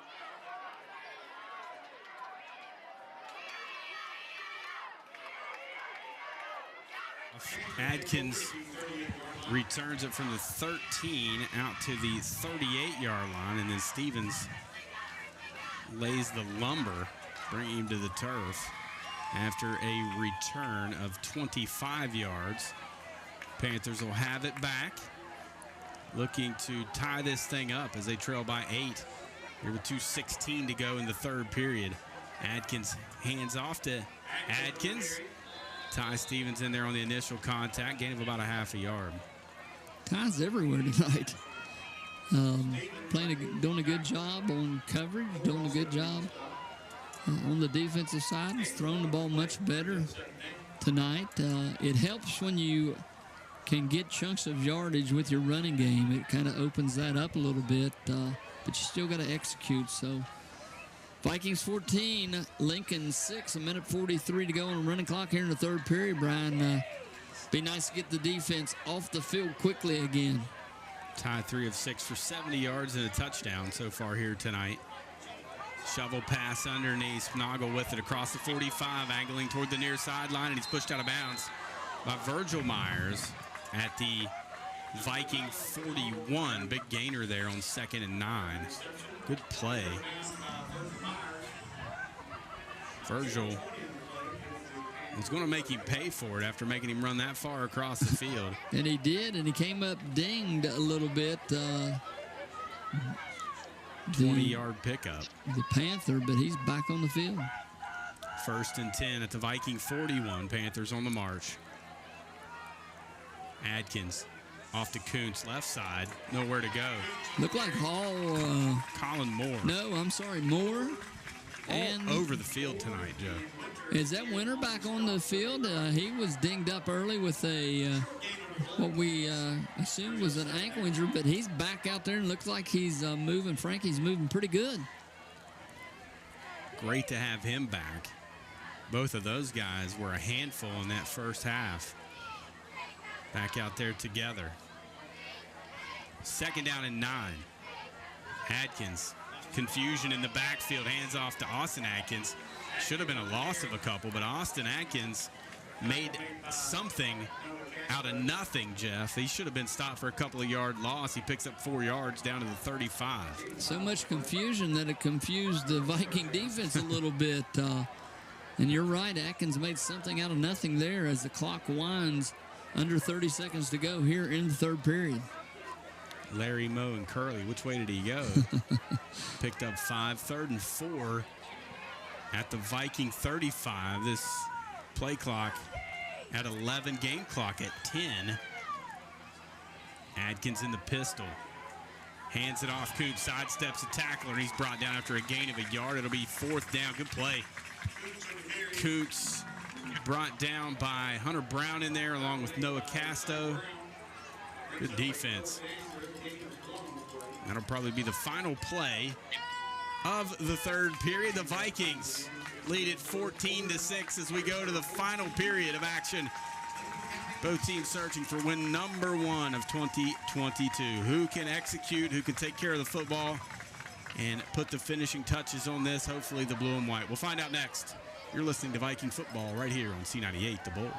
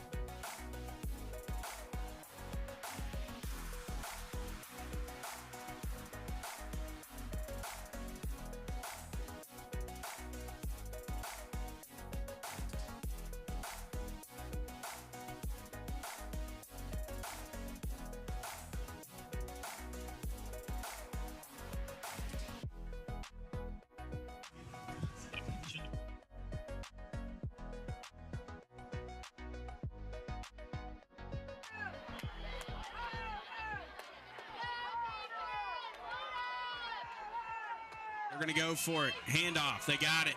That's Kuntz. Big run down to the 25, brought down to about the 23. He'll get 9 on 4th and 3. They keep the drive alive. Cody Lawrence back in there on the stop. And he's back out. He injured himself on the last tackle he made, and it still looks a little tender down there as he makes it to the sideline. But Kuntz runs hard, Brian. The senior runs it up in there for first down. Handoff again. Kuntz left side. Torres diving in there to make the stop. Vikings could use another turnover here. 4-yard gainer from the 23 to the 19. 14-6, 11 and a half minutes remaining in the ball game. Vikings clinging to an 8-point lead. Adkins under center again, gives the Kuntz right side this time. Good push. Down to the 15, gain of 4. Kuntz to the left, Kuntz to the right. The whole bunch of Mr. Kuntz running the football for Lincoln County. They've kind of went to him as their go-to again here in the second half, Brian, as they try to get back into this football game. How good has Noah Casto been again here tonight, Jeff? The youngster in on the stop there. 3rd and 2. Football in the middle of the field, moving from our left, or from our right to left, rather. Handoff, Spinago right up the middle, first down. He'll have it by a yard. Down to about the 11. A whole gang of Vikings in there on the stop. You talked about Noah Casto, and you're right, Brian. He's not afraid to stick his nose right in the middle of it. And he is not a very big stature out there, but boy, he has played 2 back-to-back games. 1st and 10 at the 11. Kuntz, big hole off the right side, upended inside the 5, down to the 3, gain of 8. First down. That play was really weird developing as Kuntz went off the right side, and it looked like part of his lineman to get off the line of scrimmage, and he was up and through the hole, the gap, before they even moved. Virgil Myers on the stop. Give the Kuntz. Not right this time. Side, Vikings ready for it. Stacked up behind the line of scrimmage. Good defense. And you keep going to the well, and the Vikings with their backs up against the wall, that wall being their own goal line, and they fire out and bring Mr. Kuntz down back at the 4-yard line. That was a pretty good spot too, Jeff. Jenkins, the contact was made behind the 5. I would have thought 6 or 7-yard line should have been the spot. They spotted at the 4. So a timeout here. That was a very fortunate spot for the Panthers. 3rd down and 3 it is now. So, here we go again, Brian. 3rd down, short. Vikings up against their own goal line. Lincoln County I'll tell you has had success running the ball. I'll tell you why the Vikings are winning this game. They have held Lincoln County to 4 of 12 on 3rd down, 33%. Really, Jeff, has kept the Vikings in this football game. And they've got to do it once again here, Brian. Probably 4-down territory. And the kicker is that they can get a 1st down without scoring. So Viking defense got to bow their necks down there once again and come up with a stop. 51 rush attempts for the Panthers tonight for 190 yards. And they're trailing in the ballgame. 3rd and 3. Adkins under center. Full house backfield. Single receiver split to the far sideline. Atkins gives it to Spinagle. Quick hitter up the middle. Touchdown, Panthers. No indication yet. Actually, near side indication is touchdown, and it is a 14-12 game. So here we go. 9:45 in the ball game. 14-12 with the 2-point conversion attempt pending by Lincoln County. This is a big conversion stop for the Vikings. If they can get it and go score, they can put the game away, essentially, if they can score and get a 2-point conversion again on this next drive. But a long way to go in this one as Atkins, a good under center. 3 backs in the backfield, give to Kuntz off the right side, dives into the end zone to tie it up. Wow, I didn't think he was going to get there, Brian.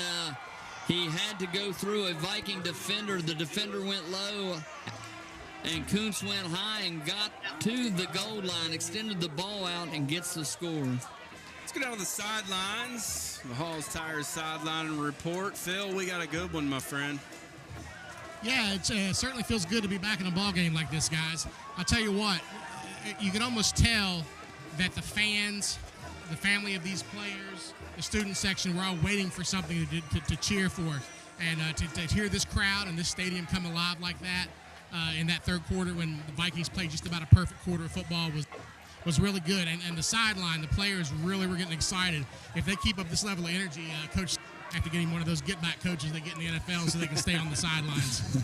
Those Tires offers Michelin and BF Goodrich tires that are safe, fuel-efficient, long-lasting tires that provide exceptional performance and extraordinary value. Tires on Cedar Lakes Drive in Fairplain, guys. Thank you, Phil. Hall's Tires sideline report. Thank you to Hall's Tires for sponsoring that once again this year. Benjamin Racer will kick it off. A lot of energy in Memorial Stadium so far here tonight. Tied at 14 with 9:45 to go in the ball game. Racer taking his time. 15 seconds on the clock. 10 seconds. He'll now approach. Low lining kick, fielded at the 26 on a dead run by Lawrence, up across the 40, out to the 42. Good to see that young man back in the ballgame. He's dinged up on defense, but he gets back out there on the kick return team and does a good job of getting up beyond the 40-yard line. They're going to spot it at the Viking 42, where it'll be 1st and 10 for the Vikings. Cody Lawrence, the son of Mike Lawrence, quarterback back when I was playing in the good old days, Jeff, to keep from sounding like that old guy. And Mike was tough, too. Yeah, Mike known to play with an injury or two. There's no doubt about it. Here's a handoff. Hunter Brown, ball's on the turf. Lincoln County has it. At the 42, that defense is going to have to step up again, Jeff, as Viking, the turnover bug, has really hurt this football team this year. Yeah, good field position to start the drive, come out and had a little bit of running room. As we've talked throughout the night, Lincoln County does a good job of recovering, and they did that time. Were able to strip the ball out of there and recover it. So Lincoln County comes out now 1st and 10 at the Viking 42. This will be the 63rd play on offense for Lincoln County tonight, and there's still 9.5 minutes remaining in this ball game. Twice as many plays for the Vikings, have 31 offensive plays. Kuntz, right side, big gainer across the 25 out to the 24, or excuse me, the 34. And they just bring so many people out in front of Kuntz as they go with that full house backfield, Brian, and those two lead backs, along with that big offensive line, are a lot to handle over there on the edge. 8-yard gainer as Parker Boyd picks up the stop. 2nd down and 2. Adkins hands off to Adkins, left side, 1st down, as he bowls over a couple of Vikings down to the 31-yard line, gain of 3 on 2nd and 2. Nothing fancy. Sideline warning, I think, against the Vikings. I'm going to mark it close to the 30. I assume that is a warning.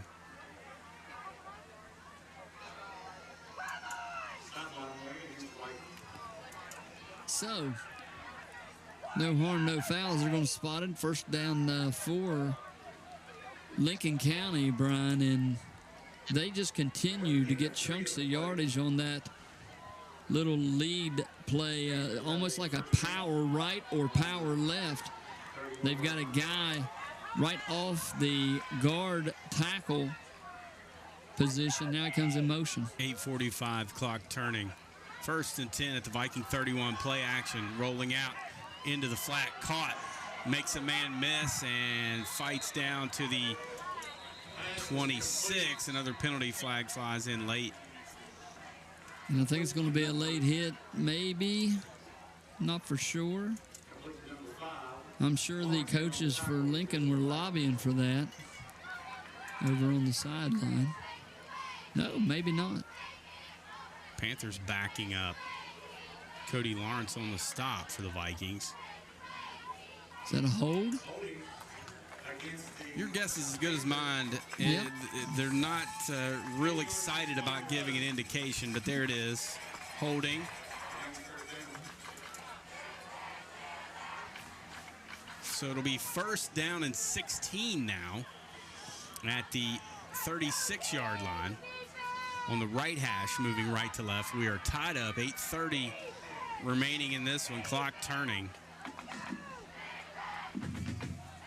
I formation, actually pistol formation. Adkins gives to Adkins right up the middle. He has running room, penalty flag in. He's going to be brought down at the 15, but a penalty flag laying at the 30, Jeff. You feel like this one's coming back. Probably going to be another hold. Right in the area of a hold. The 31, actually. And, boy, that negates a big play. And, yep, that's what it is. So Vikings get another break with a hold. That might have been the hole, though, that sprung him, Brian. So, but nonetheless, Lincoln County shooting theirself in the foot a little bit as they were down to the 30-yard line, about the 31, and now they're back at the 41. So back, actually a gain of 5 on the pass reception before the penalties marked off from the 31, as you said, back to the 41. 1st and 21 for the Panthers.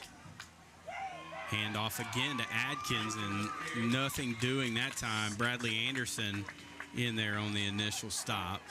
Even a gain of a couple. And Atkins spelling Kuntz at that tailback position. 7:35 clock turning. Tie ball game. Vikings Panthers. Vikings lead the all-time series. This is the 9th meeting. The Vikings lead the series 6-2. Panthers made a pretty good whipping on the Vikings last year. Big plays, the story of that ball game. Kickoff return, a couple of 80-yard runs and catches for the Panthers. Here's Austin Adkins again. Noah Casto on the initial contact. He'll get a couple down to the 34-yard line, a gain of 5, we'll call it. So the Viking defense not giving up the big run after the penalties for holding against Lincoln County, and it brings up 3rd and about 13. I would say Lincoln will, unless they lose yardage on this play, Brian, will probably go for it on 4th down, this far down into Viking territory. 3rd and about 13 and a half, we'll call it. Ball on the right hash, moving right to left. Tie ball game, down to 6.5 to go. Adkins under center. Hands it off, left side, nearly drops it, does Kuntz, and then he's brought down. Frankie Winters in there.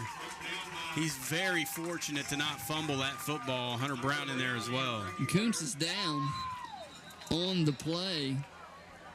As you're right, he gathered that ball back up off his hip. It slipped, Jeff, down to his thigh, and it was a fantastic play by him to keep the handle on that football. Let's go down to Phil while we have a moment as they tend to Kuntz. Looks like it might be Cramps. a cramp, Phil, but this is a big 4th down opportunity. Yeah, you can almost feel how important the next couple of minutes is to this Viking defense as far as is going to go. You know, they've done such a good job of even when the offense hasn't been at 100%, keeping us within, keeping this game competitive, and hopefully they can get this hold here on 4th down and get the offense back out on the field, because with 6:13 to go, 14-all tie, it's still anybody's ball game down here. For the best in tires, advice, and service, visit the experts at Hall's Tires on Cedar Lakes Drive in Fairplains, serving Jackson County since 1977. Thank you, Phil. They still tend to Kuntz. Let's take a quick break. We'll step out. 14-14 the score, 6:13 remaining in the ball game. More Viking football after this.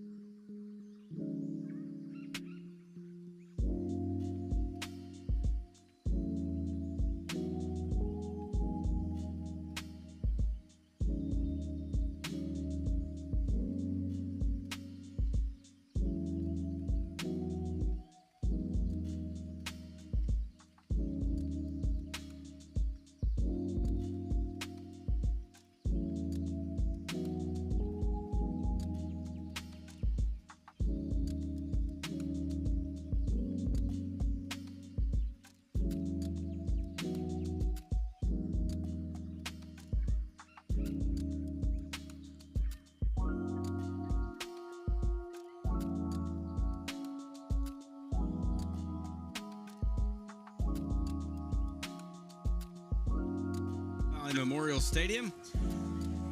They're helping Kuntz to the sideline, Jeff, and it looked like a cramp as they continued to tend to his right calf. That might have been why he wasn't on the field when I questioned if he'd gotten hurt or not. He might have been cramping up earlier.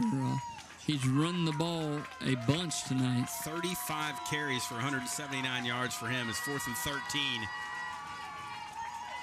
Adkins drops straight back, looking downfield, throws in and out of the hands of the intended receiver. Cody Lawrence got his hands on it, couldn't hang on, bounced off the receiver's hands into one of the Viking defenders. I believe it was Parker Boyd.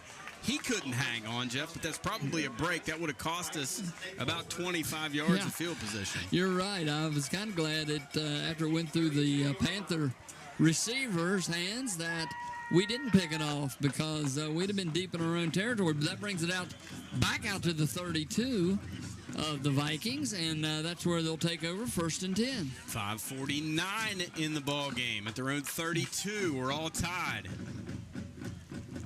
Handoff, Ethan Kay, hit behind the line of scrimmage, powers forward for, we'll call it 2.5, maybe 3. Now to the 35. He was, again, Jeff, the kid is amazing how he can continue. I guess it's just driving your feet and continuing to fall forward. He had no business picking up 2 yards on that play. And you're exactly right. And, Brian, look at the Lincoln Panther defense. They got 11 guys 5 yards off the line of scrimmage. Blitz coming, give to D'Amico. Puts his head down, full steam ahead, out to the 39, gain of 4, 3rd and short. So, again, you split out. If you got a tight end on the other side that can get down the field, he's only got a 5-yard cushion is all the defense has. If he can get off the line of scrimmage clean, he can run right by the secondary. 3rd and about 3.5. This is a big opportunity for the Vikings. 2 of 7 on 3rd down here tonight. Got to move the chains. Pitch out. D'Amico looking to get the edge. Cuts it back inside. He's going to be hammered to the ground right about the 39 at the line of scrimmage. Banks on the stop. Now the Vikings are going to have to punt it away. Big 4th down play. Let's see what Coach Sayre does here on their side of the 50-yard line. I think there's really not a decision here, Jeff. You got to punt it, play defense. Your defense has done a nice job keeping you in the ball game. Let's see if they're going to try to draw them all sides. Only 13-12 and a running play clock under 10 before they get out of the huddle. Vikings appear to be going for it as they quickly break the huddle. Stevens, they're going to go for it. He's going to roll out, throw it. Caught! What a play and catch. Hunter Brown comes out of there with the football. I stand corrected. The play is, of course, you throw it. Get the first down. The pressure was on Stevens, and he threw it forward, was behind Hunter, but he catches it on his hip and turns it upfield for the first down. What a gutsy call by Coach Sayre. Viking drive stays alive. Stevens rolling to his left, looking downfield, nowhere to go with it. And Austin Adkins is going to bring him to the turf after a loss of about 6. Yeah, you didn't need that negative yards. The pattern was stopped, and then it looked like Boyd was trying to release to the inside. Fortunate spot for the Vikings, a couple of yards up of where it probably should have been. So it'll be 2nd and 15. 3:25 clock turning. Slow to get in and out of the huddle. 12 seconds on the play clock. Vikings break the huddle to the line of scrimmage. 7 seconds. Stevens under center. Looking to throw. Under pressure. Fumbles the football. He's hit as he was trying to throw it, and it looks like the Vikings were there to jump on it. That could have been a disaster. Wow. Back to the 36-yard line. Another loss of 4. Going the wrong way the first 2 plays of this possession, this series, rather. We've not had much luck rolling against his throwing motion there. Rolling to his left. Jeff has not had much success doing that here so far. Stoniker on the fumble recovery for the Vikings.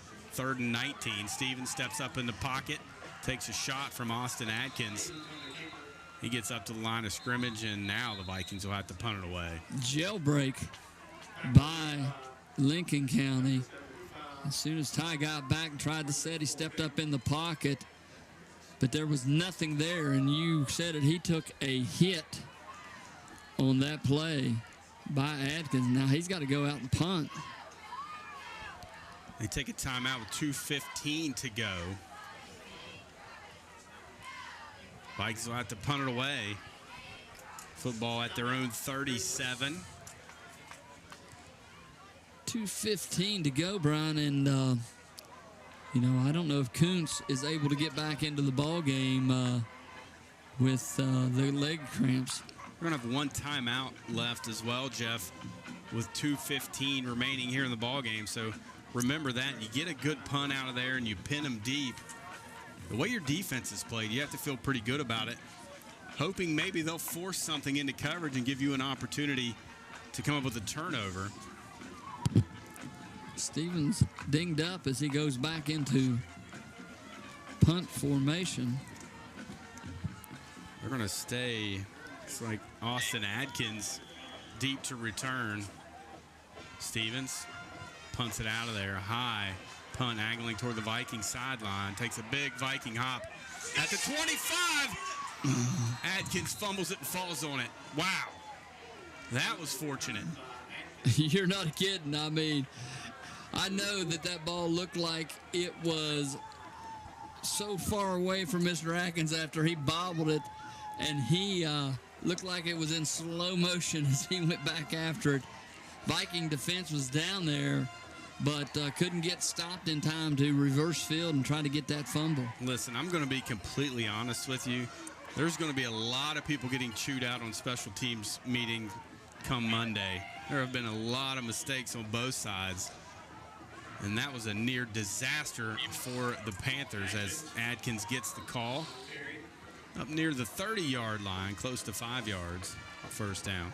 A lot of, you would think there would be a lot of urgency on the Lincoln County side of the ball. 2 minutes to go and now under 2, and they're just now getting to the line of scrimmage.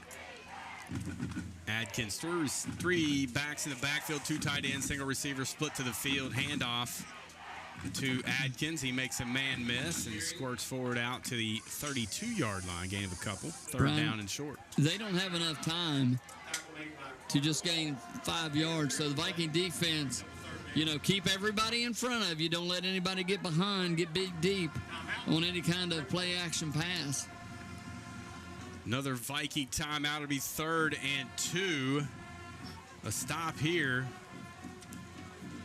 could be huge with 1:31 remaining. Otherwise, we're headed probably for overtime. We haven't seen an overtime game here in a few years. No, and we jokingly talked about that as both teams came into this game tonight struggling a little bit offensively.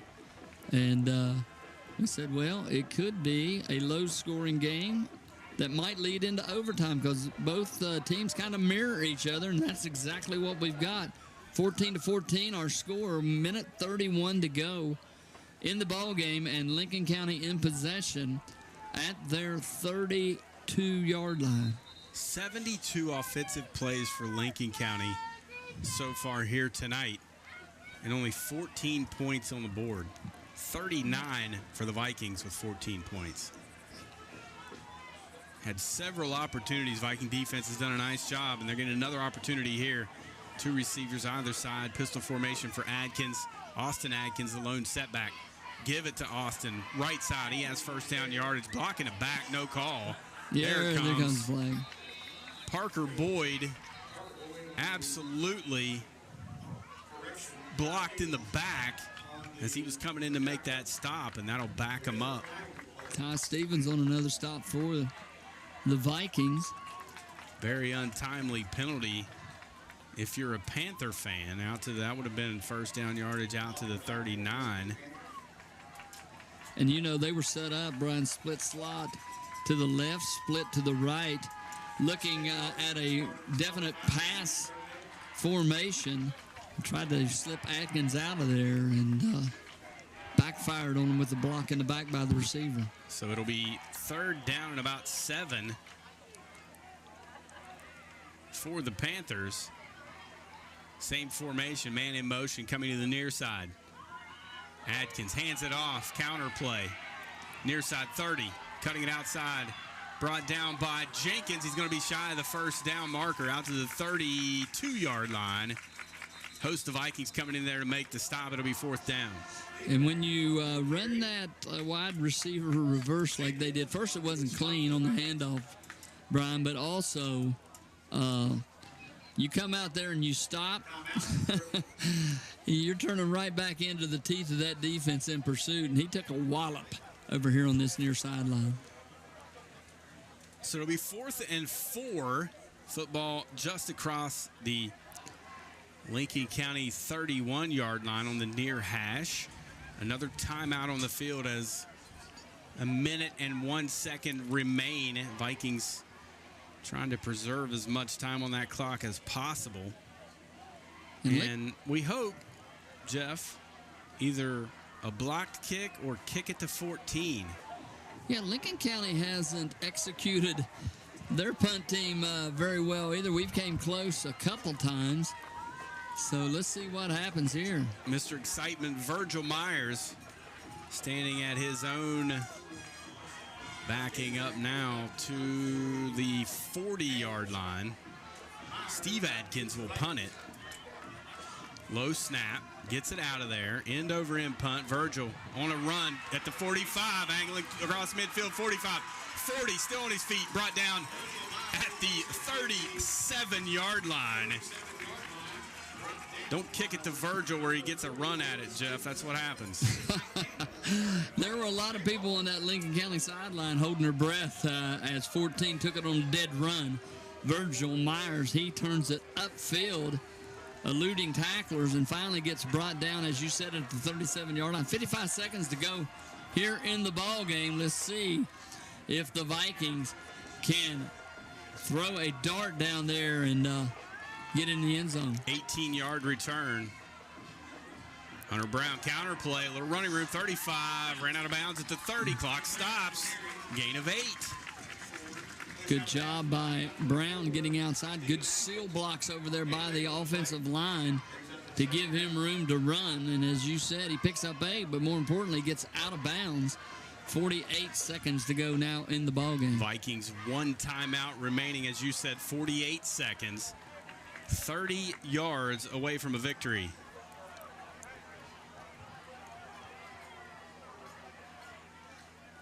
Stevens pitches out to D'Amico, near side, takes a shot.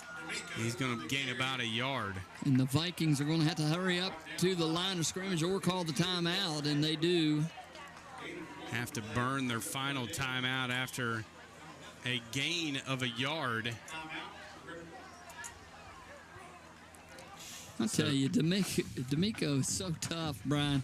I mean, we've talked about his size, but he plays with such a big heart. He comes up in there and he hits that line of scrimmage wide open, takes a shot, spins out of it, and then gets just blown up. But he bounces right back up, and he was the first one to sprint it over to the sidelines after calling the timeout. If we could just set that edge for just a split second longer, Jeff, to give him a time to get out there, he's off to the races. We saw that earlier on the 28-yard touchdown run.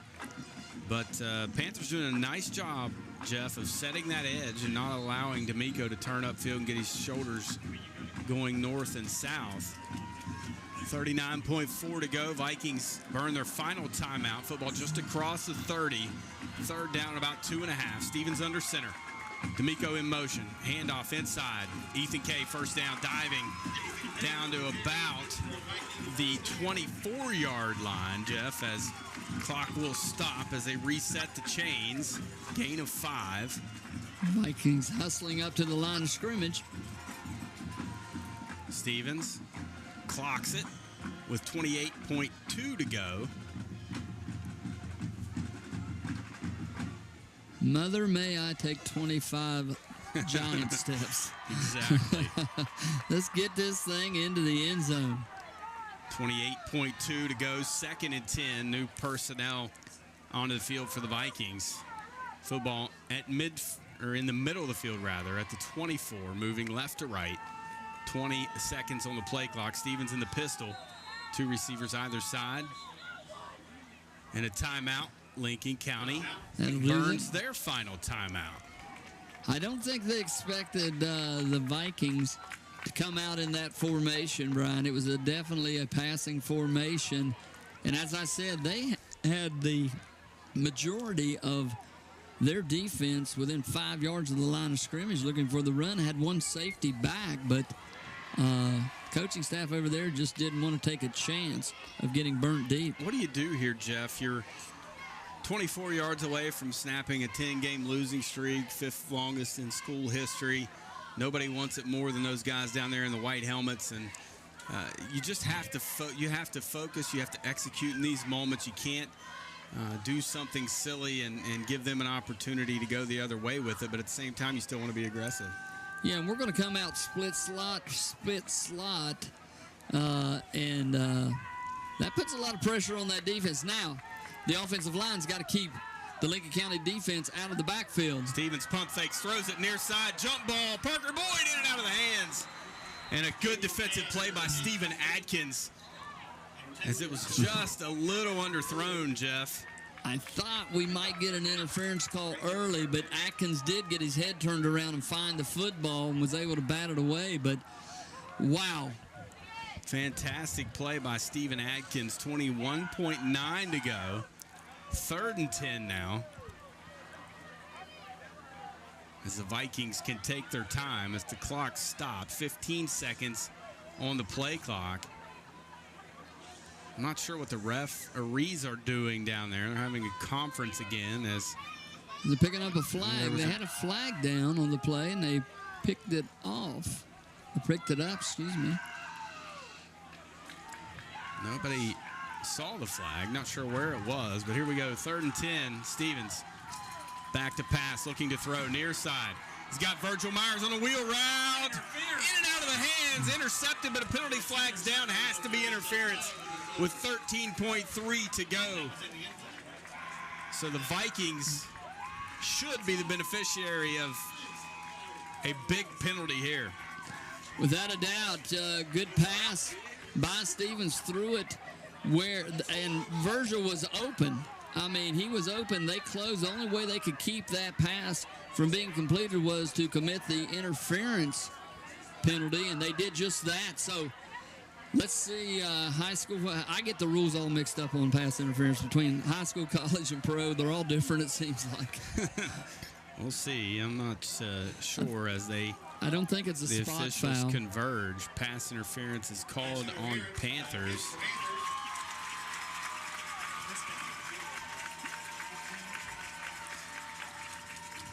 So this one, Vikings hanging in there.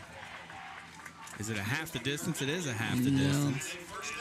13 seconds to go in the ball game. So in essence, You get 2 plays off for sure. 12-yard penalty. 13.3 to go. Stevens in the pistol, looking over the middle. Myers has got it. Stopped at the 2-yard line. There is no time. They're going to have to spike it. 5 seconds. Vikings quickly to the line. 3 seconds. 2 seconds. They get it spiked with 1.7 to go. Can we kick a field goal and win it? Well, we can. Attempt that, yes. Let's see what. Coach looks like he's sending the. They're going to go for it. Yeah, back in the game. Big play for the Vikings. Here we go. 1.7 to go. Stevens in the pistol. 3 receivers near side. Rolling near side. Looking to throw. Got it. Brown's got it. Touchdown Vikings. The losing streak ends. And, Brian, that's the same play they've ran on the two-point conversions. And once again, they are successful in finding Hunter Brown for the touchdown. Let them celebrate. The blue and white find their way into the win column for the first time in over a year. Great play design, great execution by the senior quarterback and the senior receiver in Hunter Brown. And the Vikings improved to 1-2 on the season. And the exasperated Panthers, hands on hips, make their way to midfield to shake hands. We'll step out. When we return, we'll have the WVU Medicine Jackson General Hospital post-game report after this on C98, The Bull.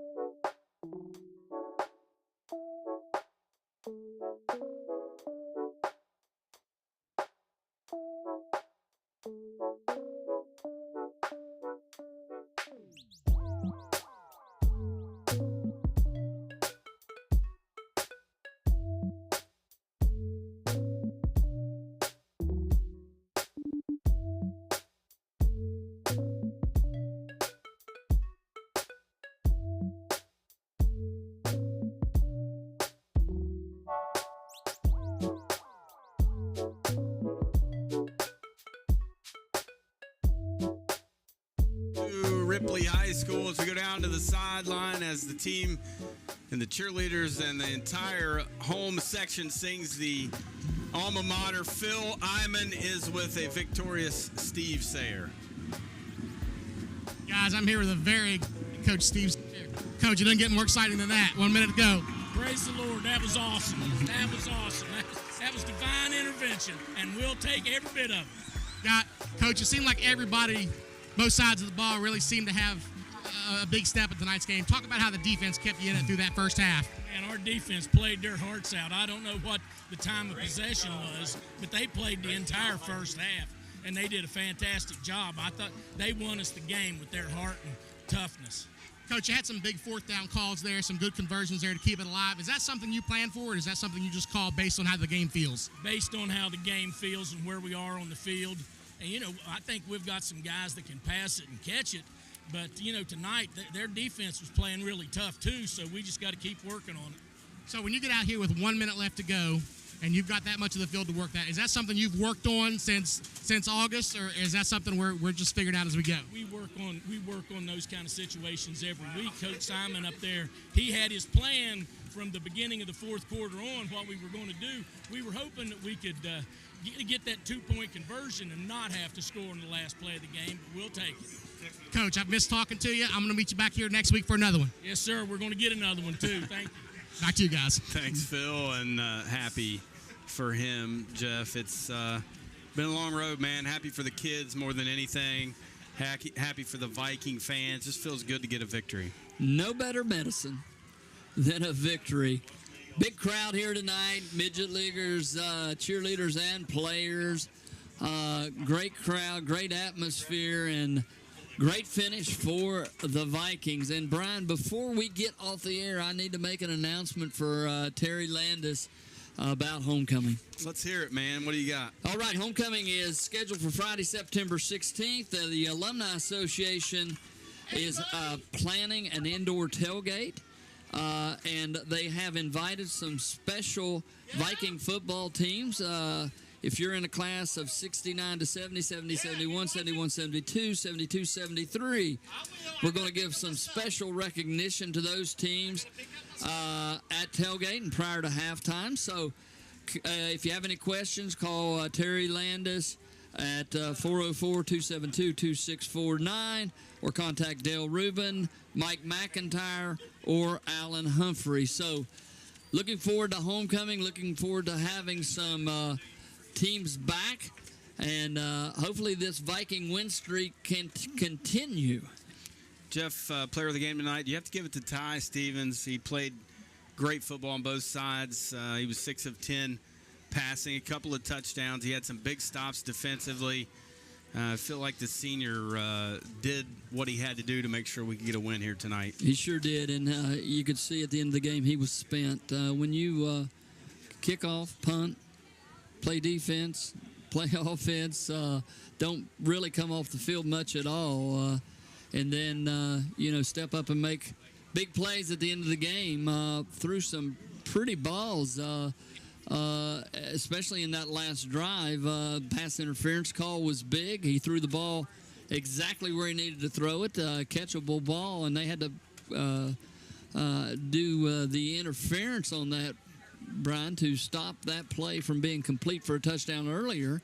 So we take advantage of that, and he just played a good game. You know, Brown made some big plays. That play that they ran for the touchdown, I think it was the same play that they've been running on the two-point conversions, and it was open all night long. And as Coach Sayre said, Coach Simon calls it at the exact right time. I think that Lincoln County was expecting us to try to muscle that ball over the goal line, but we go to the air and get the touchdown and the win. How devastating the loss for Lincoln County, Jeff. 74 plays tonight, 295 total yards of offense, had the football nearly 30 minutes, 62 rushes, 236 yards, and you come up on the losing end right as the time expired. Just an absolute gut punch for them as they fall to 0-3. Well, how important was the turnover on the goal line, the penalties? We talk about it week in and week out. Penalties, turnovers, they will get you. Lincoln County dominates the statistics, but they don't get the win because of the miscues that they had during those drives. So I know they have to be feeling horrible, and that's going to be a long ride back to Hamlin. It's a good win for the Vikings. It's a good night for the blue and white to get a victory. 20-14, they prevail here in the final seconds of the ball game. A pass, senior to senior, Ty Stevens to Hunter Brown, as they connect as time expires and the Vikings improve to 1-2 on the season, as you just see fans all over the field celebrating, having a good time, and it's just a great night for the Vikings, and feels good, man. It's been September last year since we were able to notch one of these, and we're going to enjoy it for a minute. Without a doubt, and congratulations to the coaching staff. Coach Sayre said it, the defense hung in there and kept them in the ballgame in the first half, and then the offense was able to get a couple touchdowns there, or actually 3 in the second half, and get the win here, 20-14. Let's enjoy this one tonight, and maybe the Herd will get a victory tomorrow over Notre Dame. That would be good, as we have some Viking Nation up there tonight listening back to the Vikings win. Some Viking alums up there, Steve and Jameson Hunt, Dave Casto up there listening to the Vikings tonight, as they will be there to root on the Thundering Herd, and a big one tomorrow afternoon up in South Bend. Tough up there against Fighting Irish, and they're stinging from that Ohio State loss. So first home game of the year for the Irish under new head coach, and it'll be a big task for the green and white, that's for sure. The Mountaineers will host the Kansas Jayhawks tomorrow in Morgantown. That game's set to kick off for 6. Your pregame right here on C98. The Bowl will begin at 2 p.m. Jennifer Redmond will be in her chair and ready for that tomorrow afternoon. As we begin to wrap things up here tonight, our next broadcast of Viking football will be right back here on Friday night as the Marietta Tigers will be in town. The Vikings will host them. That one's set to kick off at 7:30. The WVU Medicine Jackson General Hospital countdown to kickoff will begin at 7 with myself, Jeff Waybright, and Phil Iman. We say thank you to all of our sponsors of Viking football all season long right here on C98 The Bull. Special thanks to Rick Shannon for our station manager, and Jennifer Redmond once again for all of her hard work back at Viking Control. It's been good to be a part of Mountaintop Media again tonight, Jeff, and what a great product they put out. And this will be a good one for fans to watch. Hopefully they'll go back and watch this one a few times and just see what a good production those guys put out there for the Viking faithful. No doubt. It's kind of bedlam right now, as you said. The band finally snaking their way off the field. It's been a long time since they've been able to do that too, Brian. I know those kids are enjoying it. So, start of a great weekend. Your final score from Memorial Stadium: the Vikings win it in dramatic fashion at the buzzer, 20-14. For Jeff Waybright and Phil Iman, I'm Brian Johnson. Thank you so much for listening. Have a great night. God bless.